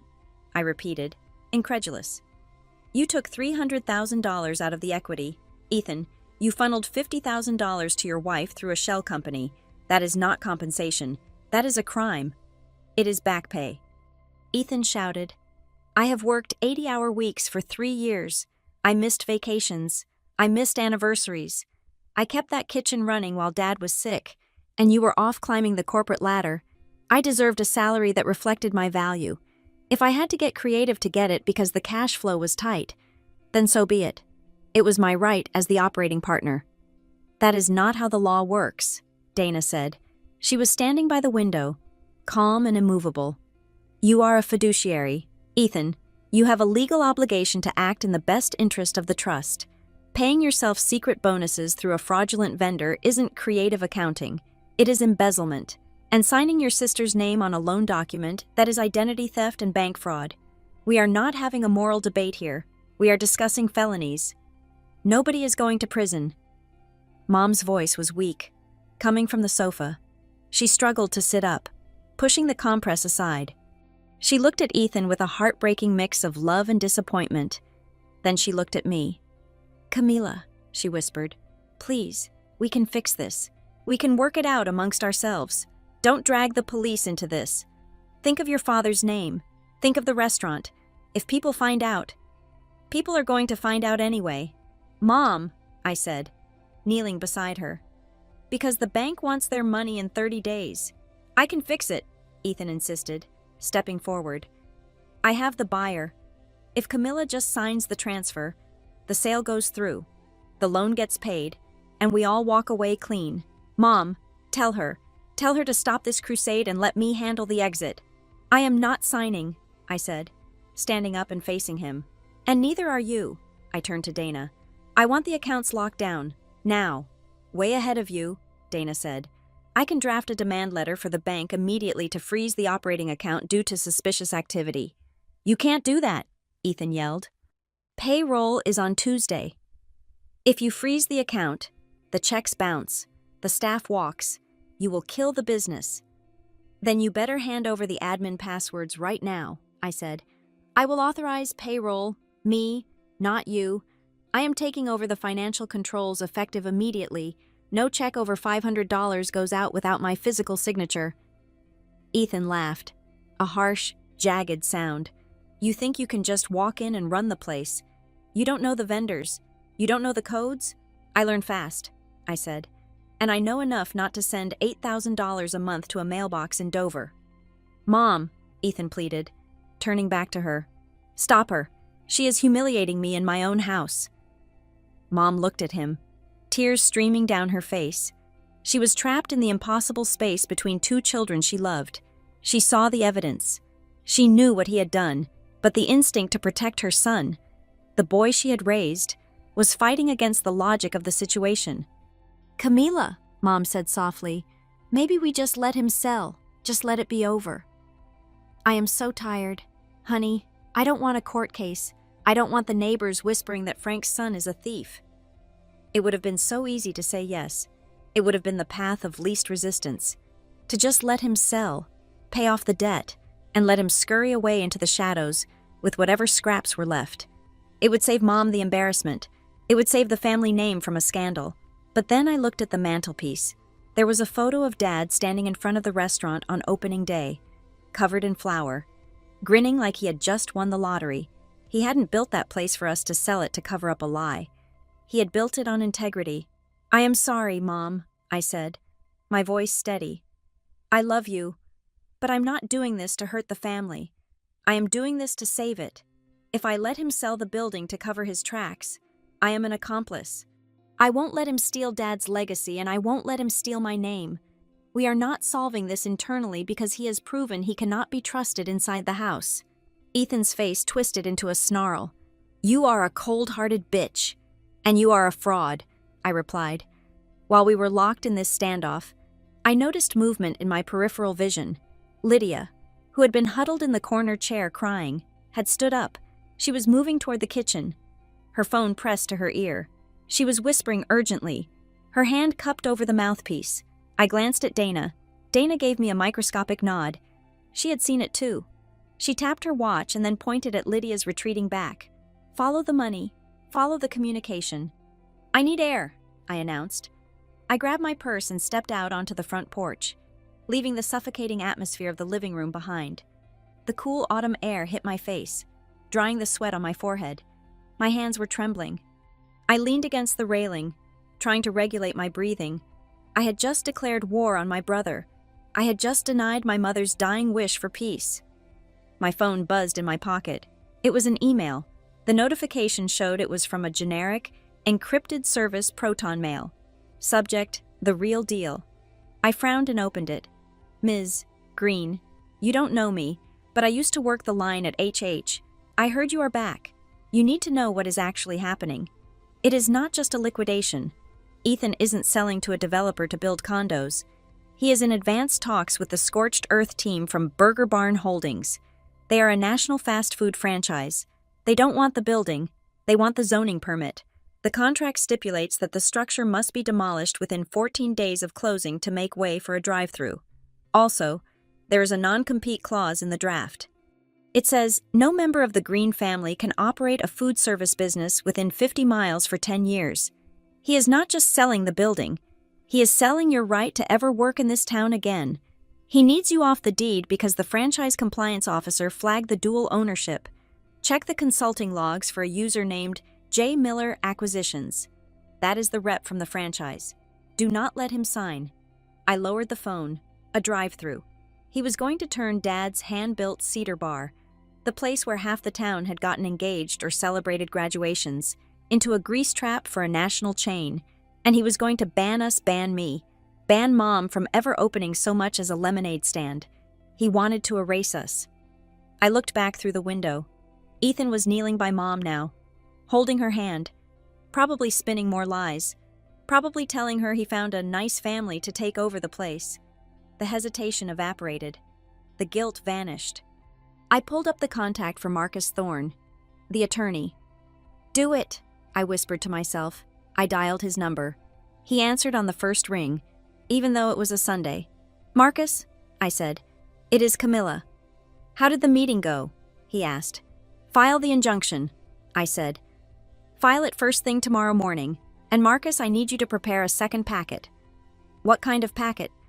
"A formal complaint for the District Attorney's Economic Crimes Division," I said. "I am sending you a digital file with evidence of embezzlement, forgery, and conspiracy to commit fraud." "Camilla," Marcus said, his voice grave. "Once we ring that bell, you cannot unring it. This becomes a criminal investigation. Your brother could go to jail." I looked through the glass one last time. I saw Lydia come back into the room. She nodded at Ethan. Ethan looked relieved. They were planning their next move. They were probably thinking they could still outmaneuver me, maybe fake another document, maybe bully Mom into signing a power of attorney. They had no idea that I wasn't playing their game anymore. "I know," I said to Marcus, "but he made his choice when he signed my name. Now I am making mine." "Okay," Marcus said. "I will have the courier at the courthouse at 8 o'clock. Thank you." I hung up the phone. I didn't go back inside immediately. I stood on the porch and listened to the wind in the trees. The internal resolution was dead. The time for keeping the peace was over. I wasn't just the sister anymore. I was the plaintiff. And tomorrow, Ethan was going to learn the difference between a family spat and a federal offense. Monday morning did not begin with a bang. It began with the quiet, rhythmic thud of a date stamp hitting a piece of paper at the county clerk's office. At 8 o'clock sharp, my attorney, Marcus Thorne, filed an emergency motion for a temporary restraining order and a lis pendens against the property of Harbor and Hearth. In legal terms, a lis pendens is a suit pending notice. In practical terms, it is a giant red flag planted in the front lawn of a piece of real estate that screams to any potential buyer, "Do not touch this. If you buy this, you are buying a lawsuit." By 9 o'clock, the deal with Burger Barn Holdings was effectively dead in the water. No corporate legal team in their right mind would authorize a purchase of a property with a clouded title and an active fraud investigation attached to it. By 10 o'clock, we were sitting in a conference room at Marcus's office. It was neutral ground, smelling of lemon polish and old leather. On one side of the mahogany table sat me, Marcus, and Dana. On the other side sat Ethan and his lawyer, a man named Samuel Gantry, who wore a suit that was slightly too shiny and a smile that didn't reach his eyes. Ethan looked terrible. His eyes were bloodshot, and he kept picking at a loose thread on his cuff, refusing to look at me. "This is an aggressive move, Ms. Green," Gantry started, opening his briefcase. "Filing an injunction against your own brother, blocking a sale that would have saved the family from financial ruin. It looks vindictive." "It is protective," Marcus replied calmly. "My client is a 50% owner. She did not consent to the sale, and she certainly did not consent to the debt that necessitated it." "We dispute the characterization of the debt," Gantry said, waving a hand dismissively. "Ethan Green has been the sole operating manager of Harbor and Hearth for 3 years. He has put in sweat equity that far exceeds the monetary value of his sister's share. He kept the doors open. He managed the staff. He dealt with the crisis." Gantry leaned forward, fixing me with a look intended to shame me. "While you were in the city, Ms. Green, living your life, your brother was keeping your father's dream alive. Now you swoop in at the 11th hour, having contributed nothing to the daily operations, and claim you are being cheated. The law recognizes the value of labor. The funds you are calling embezzlement were equitable compensation for a manager doing the work of 2 owners." It was a good narrative. It was designed to make me look like the greedy, absentee heir coming home to cash out. I felt a twinge of guilt, the old familiar sting of not being there when Dad died. But then I looked at Dana. Dana didn't care about narratives. Dana cared about math. "Compensation is taxable," Dana said, her voice cutting through the room like a cold draft. "Compensation is reported on a W-2 or a 1099 form. I have reviewed the restaurant's payroll filings for the last 3 years. Ethan Green's declared salary was $60,000. The amount of money that left the operating account and ended up in entities controlled by him or his associates is closer to $400,000. "Disputed," Gantry said quickly. "You can dispute the intent," Dana said, sliding a binder across the table. "You cannot dispute the transaction IDs." We had organized the evidence chronologically. It was a timeline of theft. "Exhibit A," Dana said. January 20th, $3,000 transferred to Apex Strategic Consulting. The LLC was formed 6 days prior. The registered agent is a mailbox. "Exhibit B," she continued, flipping the page. March 15th, payment of $4,500 to Apex. That same day, a transfer of $2,000 goes from Apex to Carter Vance, who, I might add, is not a consultant, but a college friend of Mr.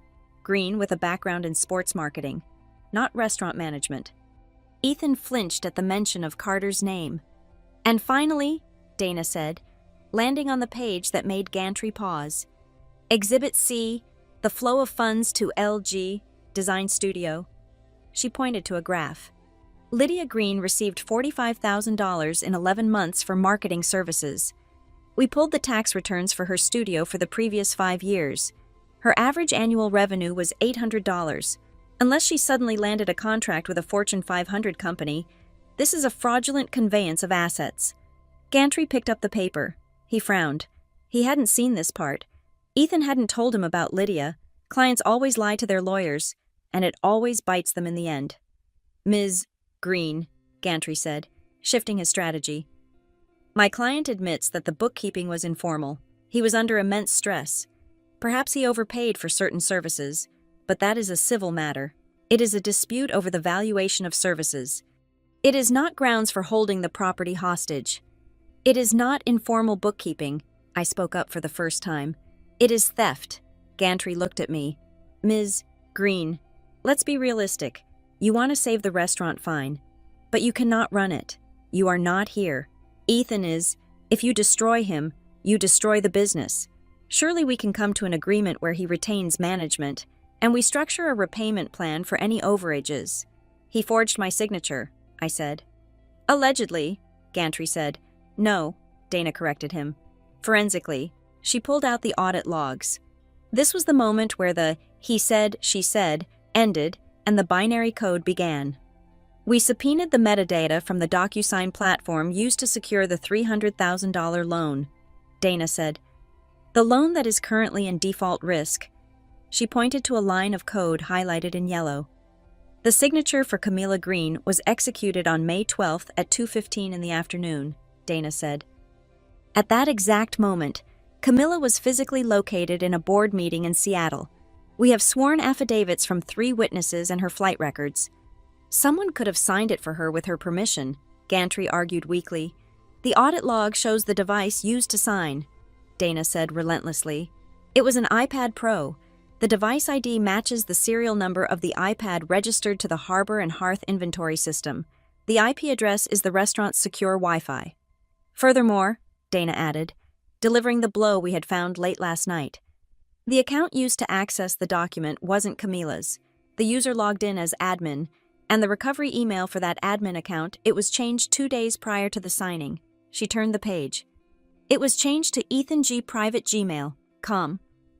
The room went silent. The hum of the air conditioning seemed to get louder. Gantry looked at the paper. Then he looked at Ethan. He closed his folder. I need a moment with my client, Gantry said. They left the room. I let out a breath I didn't know I was holding. My hands were shaking under the table. It wasn't triumph I felt. It was nausea. This was my brother. We were meticulously dismantling his life, piece by piece, document by document. You are doing fine, Marcus whispered to me. Stay strong. They are going to come back with an offer. 10 minutes later, the door opened. Ethan walked in alone. He looked smaller. Somehow, the arrogance was gone, replaced by a desperate, frantic energy. Can we talk? He asked. Just us family. Marcus looked at me. I nodded. 5 minutes. Marcus and Dana stepped out. Ethan sat down. He didn't look at me. He looked at the table. I didn't mean for it to get this bad. Cammy, he said. His voice was cracked.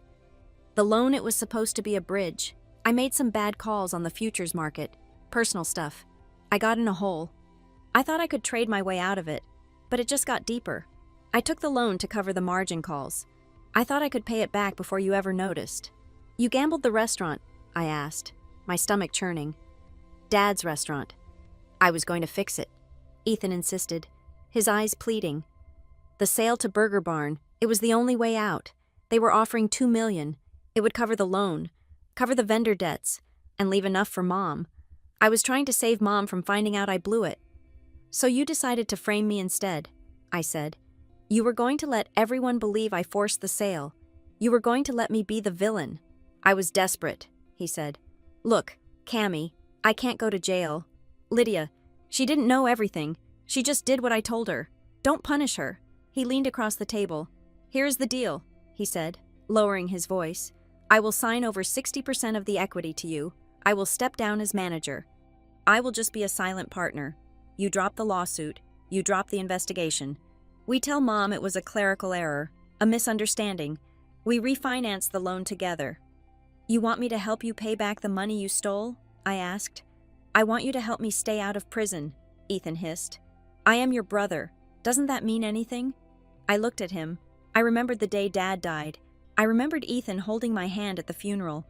I remembered thinking we were in this together, but then I looked at the file on the table, the forgery, the lies to Mom, the fake company. Contribution doesn't create a right to steal, Ethan, I said softly, and being family doesn't give you immunity for destroying what Dad built. I am offering you peace, he said. Silence. Nobody has to know. Silence is expensive, I said. Dad paid for this place with his life. He worked every day until his heart gave out. You want me to pay for your crimes with my silence? That is too high a price. What? Ethan sneered, pulling back. You are going to send me to jail. You think Mom will ever forgive you for that? I am not sending you to jail, I said, standing up. The evidence is, you built this cage. Ethan, I just turned on the light. I opened the door. Marcus and Dana walked back in. No deal, I said to Marcus. Proceed with the discovery phase. Ethan stood up. He looked at me with pure venom. You will regret this. You think you are so smart with your charts and your logs, but you don't know everything. I know enough, I said. Ethan stormed out, gantry trailing behind him, looking like a man who knew his billable hours were about to dry up. What now? Dana asked, packing up her files. Now, Marcus said. The court compels them to hand over the rest of the data. That was just the preliminary hearing. Now we get access to everything. Emails, texts, the full server backup. He is going to try to delete it, I said. He knows the admin login is the smoking gun. Let him try, Dana said. The injunction we just filed includes a preservation order. If he deletes a single byte of data from this moment forward, it is spoliation of evidence. It is an automatic guilty verdict in a civil trial and an obstruction of justice charge in a criminal one. I walked to the window and looked out at the street. I saw Ethan getting into his car. He was slamming the steering wheel with his hands. He was panicking. He realized that his story, the sad tale of the failing business and the noble brother, had just been shattered by the unfeeling reality of technical truth. He couldn't charm the audit logs. He couldn't gaslight the IP addresses. But as I watched him drive away, I felt a cold knot in my stomach. Ethan was a cornered animal, and as Dana had warned me, cornered animals don't just run, they bite. He mentioned something, I said to Dana. He said, I made some bad calls on the futures market. He wasn't just stealing to live. He was gambling. Dana stopped packing. She looked at me. If he has gambling debts, she said slowly, then the $300,000 from the loan might just be the tip of the iceberg. And people who owe money to bookies or bad brokers, they get desperate in dangerous ways. We need to secure the physical building, I said. Tonight? I agree, Marcus said. I will call the sheriff to serve the order. But Cammy, be careful. He has nothing left to lose. I nodded. The legal battle was winning. But the war was far from over. I had stripped him of his mask, but I had also stripped him of his exit strategy. Now, I had to see what lay beneath the desperation. I picked up the red folder, the one with the forgery. Let's finish it, I said. The week after the court injunction was granted, the atmosphere at Harbor and Hearth shifted from a funeral wake to something resembling a field hospital. It was chaotic, loud, and urgent, but for the first time in a year, the patient wasn't terminal. I took a leave of absence from Briarstone Meridian. I traded my tailored blazers for comfortable knits and moved my office from the high-rise in the city to the back room that still smelled faintly of my father's pipe tobacco. My first act as the court-appointed temporary operator was to fire Apex Strategic Consulting. My second act was to hire Julian Thorne. Julian was a general manager I had headhunted from a competitor in the city. He was 50 years old, had eyes that missed nothing, and most importantly, he had absolutely no last name that mattered in this town. He wasn't a Green. He wasn't a friend of Ethan's. He was a professional neutral party who reported only to the numbers. I need you to run the floor. Julian. I told him on his first morning. I need to focus on the forensic cleanup. You keep the customers happy, and I will keep the creditors at bay. Understood, Julian said. But first, you need to talk to the staff. They are terrified. Half of them think the sheriff is coming to padlock the doors because of the rumors. I nodded. I called a mandatory all-hands meeting an hour before service started. The kitchen crew and the waitstaff gathered in the dining room. They looked tired. They looked skeptical. I saw Mike, the floor manager who had tipped me off, standing in the back with his arms crossed. I saw the sous chef, Leo, looking at his shoes. These people had been lied to for months. They had been told their jobs were hanging by a thread while my brother bought new cars and his wife renovated her studio. I am going to keep this short, I said, standing by the host station. My name is Camila. I know I have been a ghost for the last 8 years. I know most of you only know me as the sister who left. I am sorry for that. I thought the restaurant was in good hands, and I was wrong.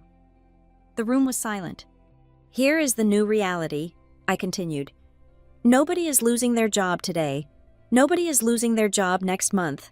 The restaurant is not closing. In fact, starting this payroll cycle, we are reinstating the overtime policy that was cut last year. If you work the hours, you get paid for the hours. No more banking time for later. A few heads lifted. However, I said, meeting their eyes, there is going to be a new rule, transparency. You do not work for me, and you do not work for Ethan. You work for Harbor and Hearth. If anyone asks you to cut corners, hide receipts, or falsify a log, even if it is me, you go straight to Julian. We are done with secrets. I didn't get a round of applause. I didn't expect one. Trust is a currency, and right now, the Green family was bankrupt. But as they filed back into the kitchen, I saw Mike nod at me. It was a start. The real vindication, however, came from the numbers. With the consulting fees to Apex eliminated and the cash skimming stopped, the financial picture of the restaurant transformed overnight. It was like watching a garden hose that had been kinked for months suddenly uncoil. The water didn't just trickle, it rushed. By the end of the first week, I sat down with Dana to review the genuine profit and loss statement.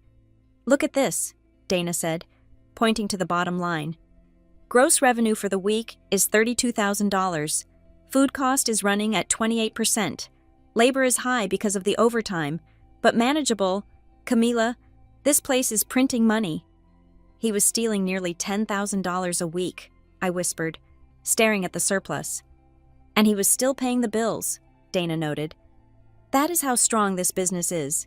It was supporting a thriving restaurant and a massive embezzlement scheme simultaneously, and it was still barely breaking even. Now that the leech is gone, you are looking at a 20% net profit margin. That is unheard of in this industry. It should have been a moment of celebration. I should have popped a bottle of champagne, but every dollar of profit felt like an indictment of my brother. He hadn't just stolen money, he had stolen the peace of mind of everyone who worked here. He had looked our mother in the face and told her we were destitute while he was pocketing a fortune. Speaking of Mom, the silence from the house was deafening. Elaine Green had not spoken to me since the ambulance left. She moved through the house like a ghost, making tea, folding laundry, avoiding my eyes. She wasn't rude, that wasn't in her nature, but she was distant, to her. I wasn't the savior of the business. I was the prosecutor of her son. One evening, I found her sitting on the back porch, staring at the dark garden. Mom, I said gently, sitting on the swing opposite her. The restaurant had a record week. We are going to be able to pay the mortgage this month without touching the reserves. Mom didn't look at me. She smoothed her skirt. Ethan called today. My stomach tightened. Oh, he sounds terrible. Camila, she said, her voice trembling. He is staying at a motel. He says you locked him out of the accounts. He says he can't even buy groceries. He has money. Mom, I said, trying to keep the edge out of my voice. He took nearly $500,000 over the last year. If he doesn't have it, it is because he spent it or hid it. He is your brother, she snapped, turning to me with sudden ferocity. He made a mistake. He was trying to fix things. Why do you have to be so cruel? Why do you have to drag it through the courts? Can't you just let him pay it back over time? He forged my signature on a $300,000 loan that is due in 2 weeks. I said, if I hadn't stopped him, we would have lost the building, Dad's building. Your father wouldn't have wanted this, Mom cried. He wouldn't have wanted his children destroying each other. He valued family above everything. He valued truth, Mom, I said. He valued honesty. You don't know what he would have wanted, she said bitterly, standing up. You weren't here. She went inside and closed the door. Her words stung more than I wanted to admit. You weren't here. It was the weapon Ethan had given her, and she was using it with devastating precision. I needed to feel close to Dad. I needed to know I wasn't crazy for choosing the hard right over the easy wrong. I drove back to the restaurant. It was late, past midnight. The cleaners had gone. The kitchen was dark and quiet. I went into the office and knelt before the old floor safe. I had found the combination in Mom's recipe box earlier that week. Right to 24, left to 10, right to 5. Dad's birthday. The heavy iron door creaked open. Inside, it smelled of metal and dust. There were stacks of old deeds, the original liquor license from 1992, and a few velvet boxes containing service pins. And there, in the back, sat a thick manila envelope. It was sealed with red wax, Dad's dramatic flair. On the front, in his unmistakable block lettering, was written, "For my daughter, Camila, to be read when the water gets rough." I took it out. My hands were shaking. I sat in his leather chair, the leather cracking under my weight, and broke the seal. It wasn't a will. It was a letter, handwritten on the back of old menu drafts. My dearest Millie, if you are reading this, I am gone, and things are likely a mess. I love your brother. You know I do. Ethan has a big heart, but he has always had a hunger in him that I could never quite feed. He looks for shortcuts because he is terrified that he isn't good enough to take the long road. I am writing this because I know you. You are the steady one. You are the one who checks the knots before you climb. I have a feeling that one day, Ethan is going to get himself into trouble that he can't smile his way out of, and you are going to be the one holding the rope.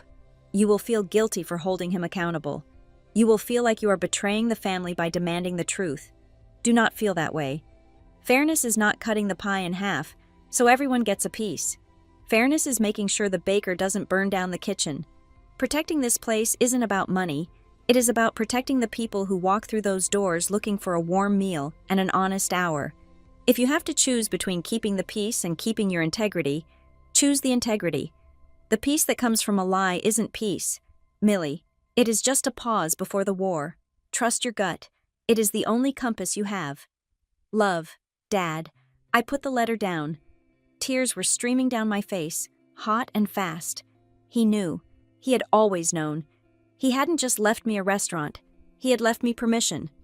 Permission to be the bad guy in the short term, so I could be the protector in the long term. I wiped my eyes and took a deep breath. The guilt that had been weighing on my chest for days began to lift. I wasn't destroying the family. I was fireproofing it. The next morning, I arrived at the restaurant with a new energy. I called Julian into the office. "We are expanding," I said. Julian raised an eyebrow.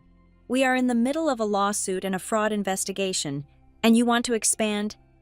"We need to control the narrative," I said. "Ethan is telling people we are closing. We need to show them we are growing. I want to launch a catering division. Hearth at home. We take the chowder, the bisque, the prime rib, and we bring it to weddings and corporate events. It will require capital," Julian warned. "New vans, warming equipment." "We have the capital," I said, pointing to the weekly report. "We are profitable, and I am going to front the rest from my savings to pay off the balloon loan. We are going on the offensive." We spent the next 3 days drafting the business plan. We designed new logos. We put up a banner in the window, "Now booking holiday catering." The town noticed. The whispers about bankruptcy started to fade, replaced by curiosity about the new menu. But Ethan wasn't done. On Thursday afternoon, Dana called me.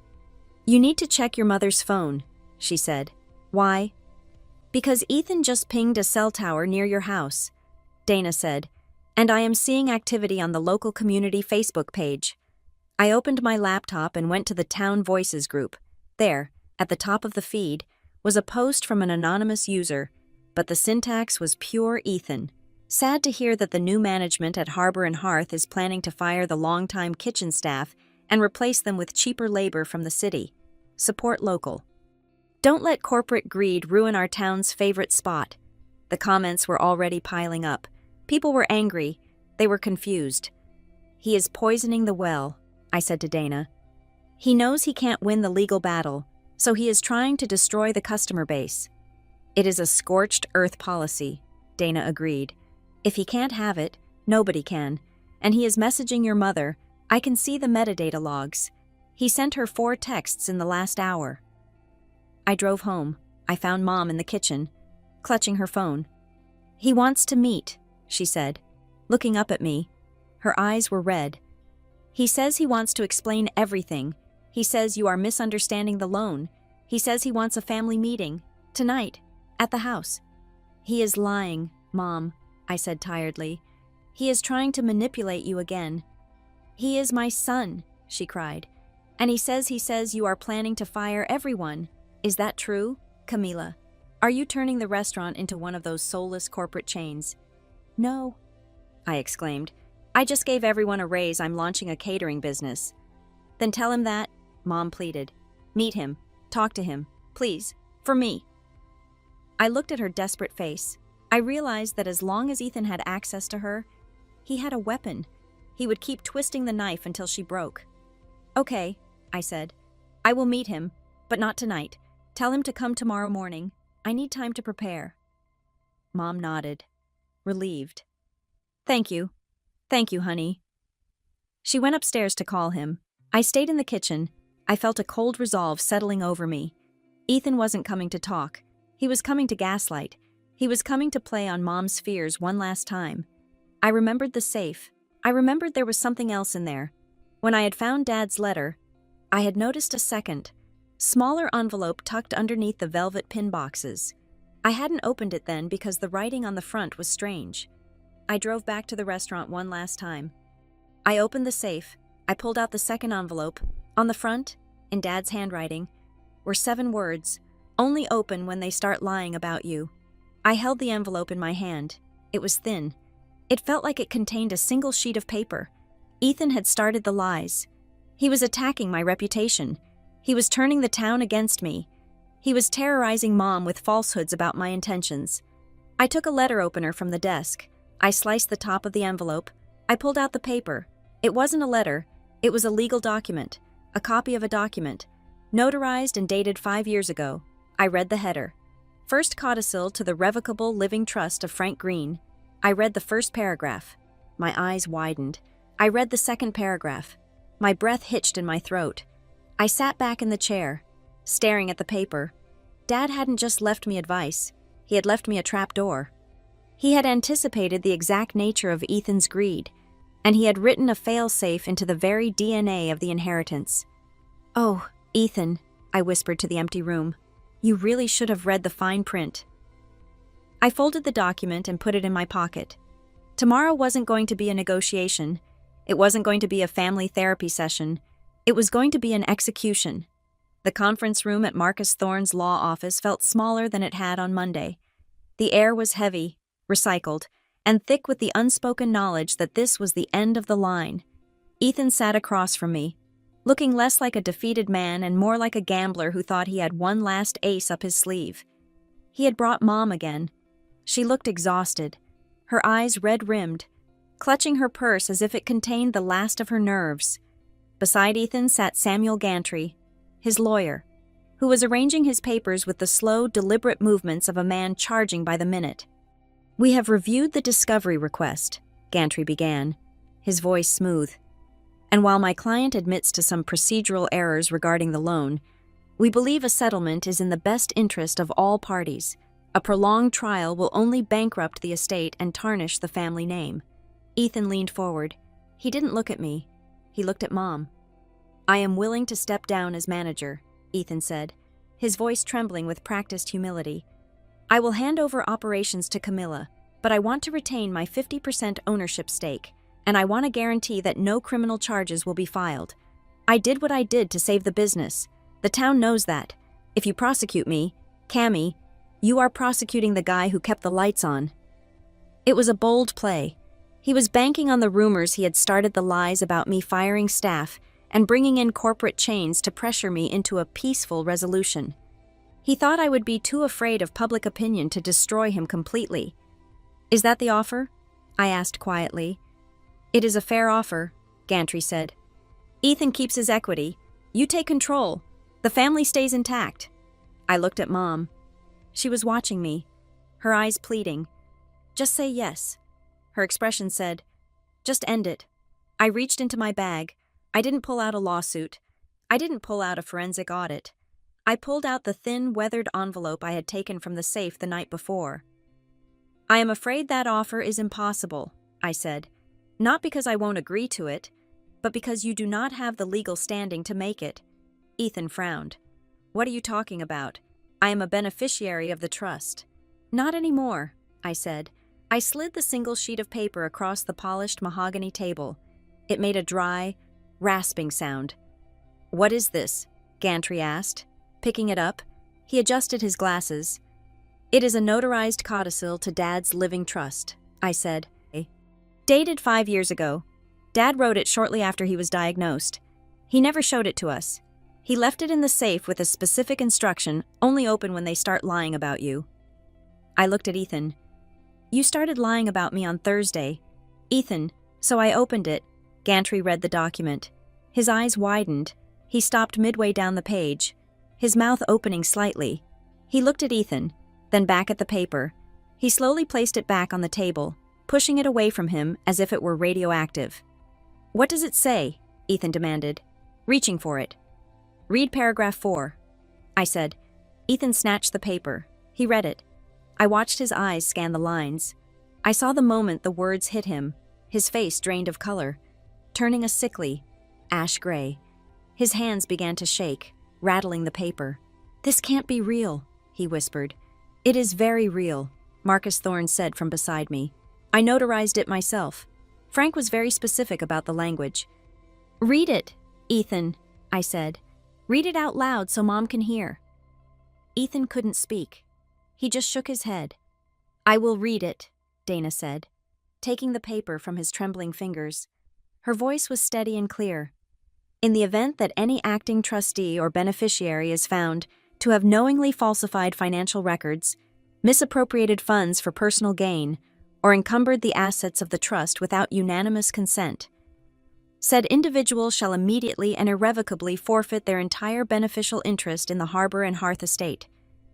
Dana paused, letting the weight of the legalese settle in the room. Such interest shall revert to the remaining beneficiaries. This clause is self-executing and requires only proof of malfeasance to be triggered. My legacy is built on integrity, and it shall not be owned by anyone who cannot uphold that standard. The silence that followed was absolute. It means, I said, looking directly at my brother, that we don't need to negotiate your 50%. Ethan, you don't have 50%. You lost it the moment you forged my signature on that loan. According to Dad's rules, you own 0% of the restaurant. You are not an owner. You are just a debtor. He knew, Ethan whispered. He looked up, his eyes wide with horror. He knew I would do it. He knew you liked shortcuts, I said softly. He knew you had a hunger in you that made you dangerous. He didn't write that to punish you. Ethan, he wrote it to stop you. He knew that if you ever crossed the line, you wouldn't stop until you burned the whole place down. This was the emergency brake. No, Ethan stammered, standing up. No, you can't do this, Mom. He is stealing my inheritance. Mom was staring at the table. She reached out and took the paper. She touched Dad's signature at the bottom. Frank, she whispered. She looked up at Ethan. For the first time, the blinders of motherly love seemed to fall away, replaced by the clarity of her husband's judgment. Frank Green was a fair man. If he had written this, he had done it for a reason. He didn't steal it, Ethan, Mom said, her voice cracking. You threw it away. I did it for us, Ethan screamed, desperate now, the walls closing in. Lydia, tell them we did it for the family. Lydia, who had been sitting quietly in the corner, suddenly stood up. She looked at the sinking ship that was her husband, and she made a calculation. I didn't know about the codicil, she said, her voice high and shrill. And I didn't know about the forgery. Ethan told me it was all legal. He said the money was his bonus. Lydia. Ethan stared at her, betrayed. And Carter, Lydia continued, backing toward the door. It was Carter's idea. Carter set up the LLC. He said it was a tax loophole. I just designed the cards. I am a victim here. Sit down, Mrs. Green, Dana said coldly. We have the emails between you and Carter Vance discussing the structuring of the payments to avoid IRS flags. You are not a victim. You are a co-conspirator. And as for Mr. Vance, Dana checked her phone.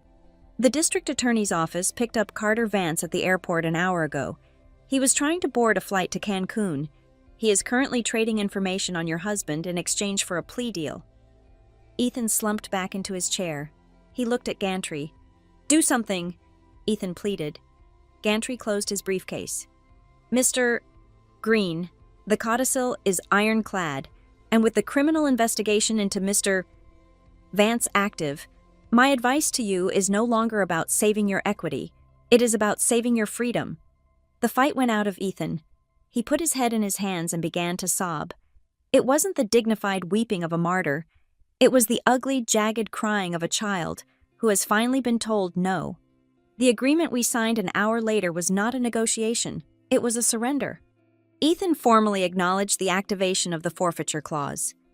He agreed to a court-ordered repayment plan for the $300,000 loan, which would be garnished from his future wages at whatever job he could find that didn't involve handling money. He was permanently barred from the premises of Harbor and Hearth.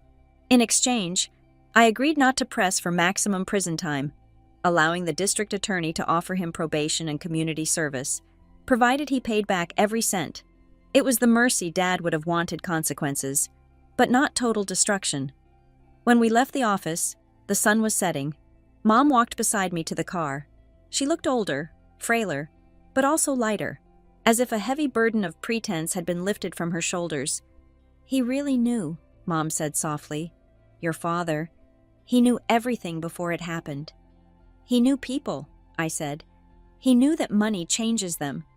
And he knew that sometimes, to save a family, you have to break the illusion of it. I am sorry, Camilla, she said, stopping on the sidewalk. She took my hand. I blamed you because it was easier than blaming him. I wanted to believe he was the hero because he was the one who stayed. But staying doesn't matter if you are tearing down the house from the inside. It is okay, Mom, I said, hugging her. It is over. We are safe. 2 months later, the sign in the window of Harbor and Hearth didn't say for sale. It said grand reopening, celebrating 35 years. The restaurant was packed. The smell of roasted garlic and searing steaks filled the air, mixed with the laughter of a town that had almost lost its heart. The new catering vans were parked out back, emblazoned with the logo, Hearth at Home. I stood by the bar, watching the service. Julian was at the pass, expediting orders with military precision. The staff moved with a new confidence, knowing that their paychecks were real and their managers were honest. Mom was sitting in the best booth, surrounded by her friends. She was laughing. She looked over at me and raised her glass. I smiled back. I walked over to the small alcove near the entrance where we had set up the memorial. A black and white photo of Frank Green hung on the wall. He was laughing, holding a giant striped bass. Below the photo, inside a small glass case, rested a black fountain pen, the Mont Blanc he had given me. It was the pen I hadn't used to sign the sale. It was the pen I had used to sign the new charter, the one that enshrined transparency and integrity into the bylaws of the company. I touched the glass. We did it, Dad, I whispered. We kept the lights on. Ethan was gone. He had moved 3 towns over, working in construction. We didn't talk much, but last week, I received a check in the mail for $200.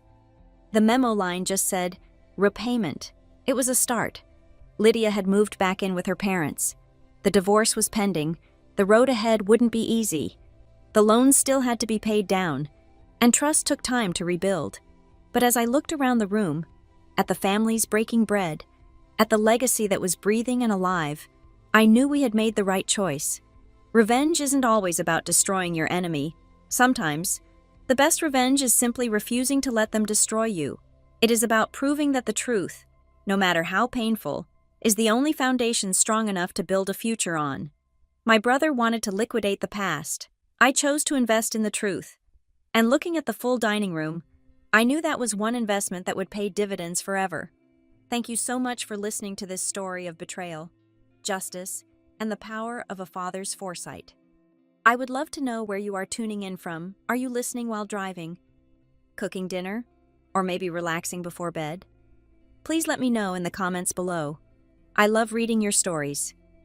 If you enjoyed seeing justice served, please make sure to subscribe to Maya Revenge Stories. Hit that like button and smash the hype button to help this story reach even more people who need a reminder that the truth always wins. See you in the next video.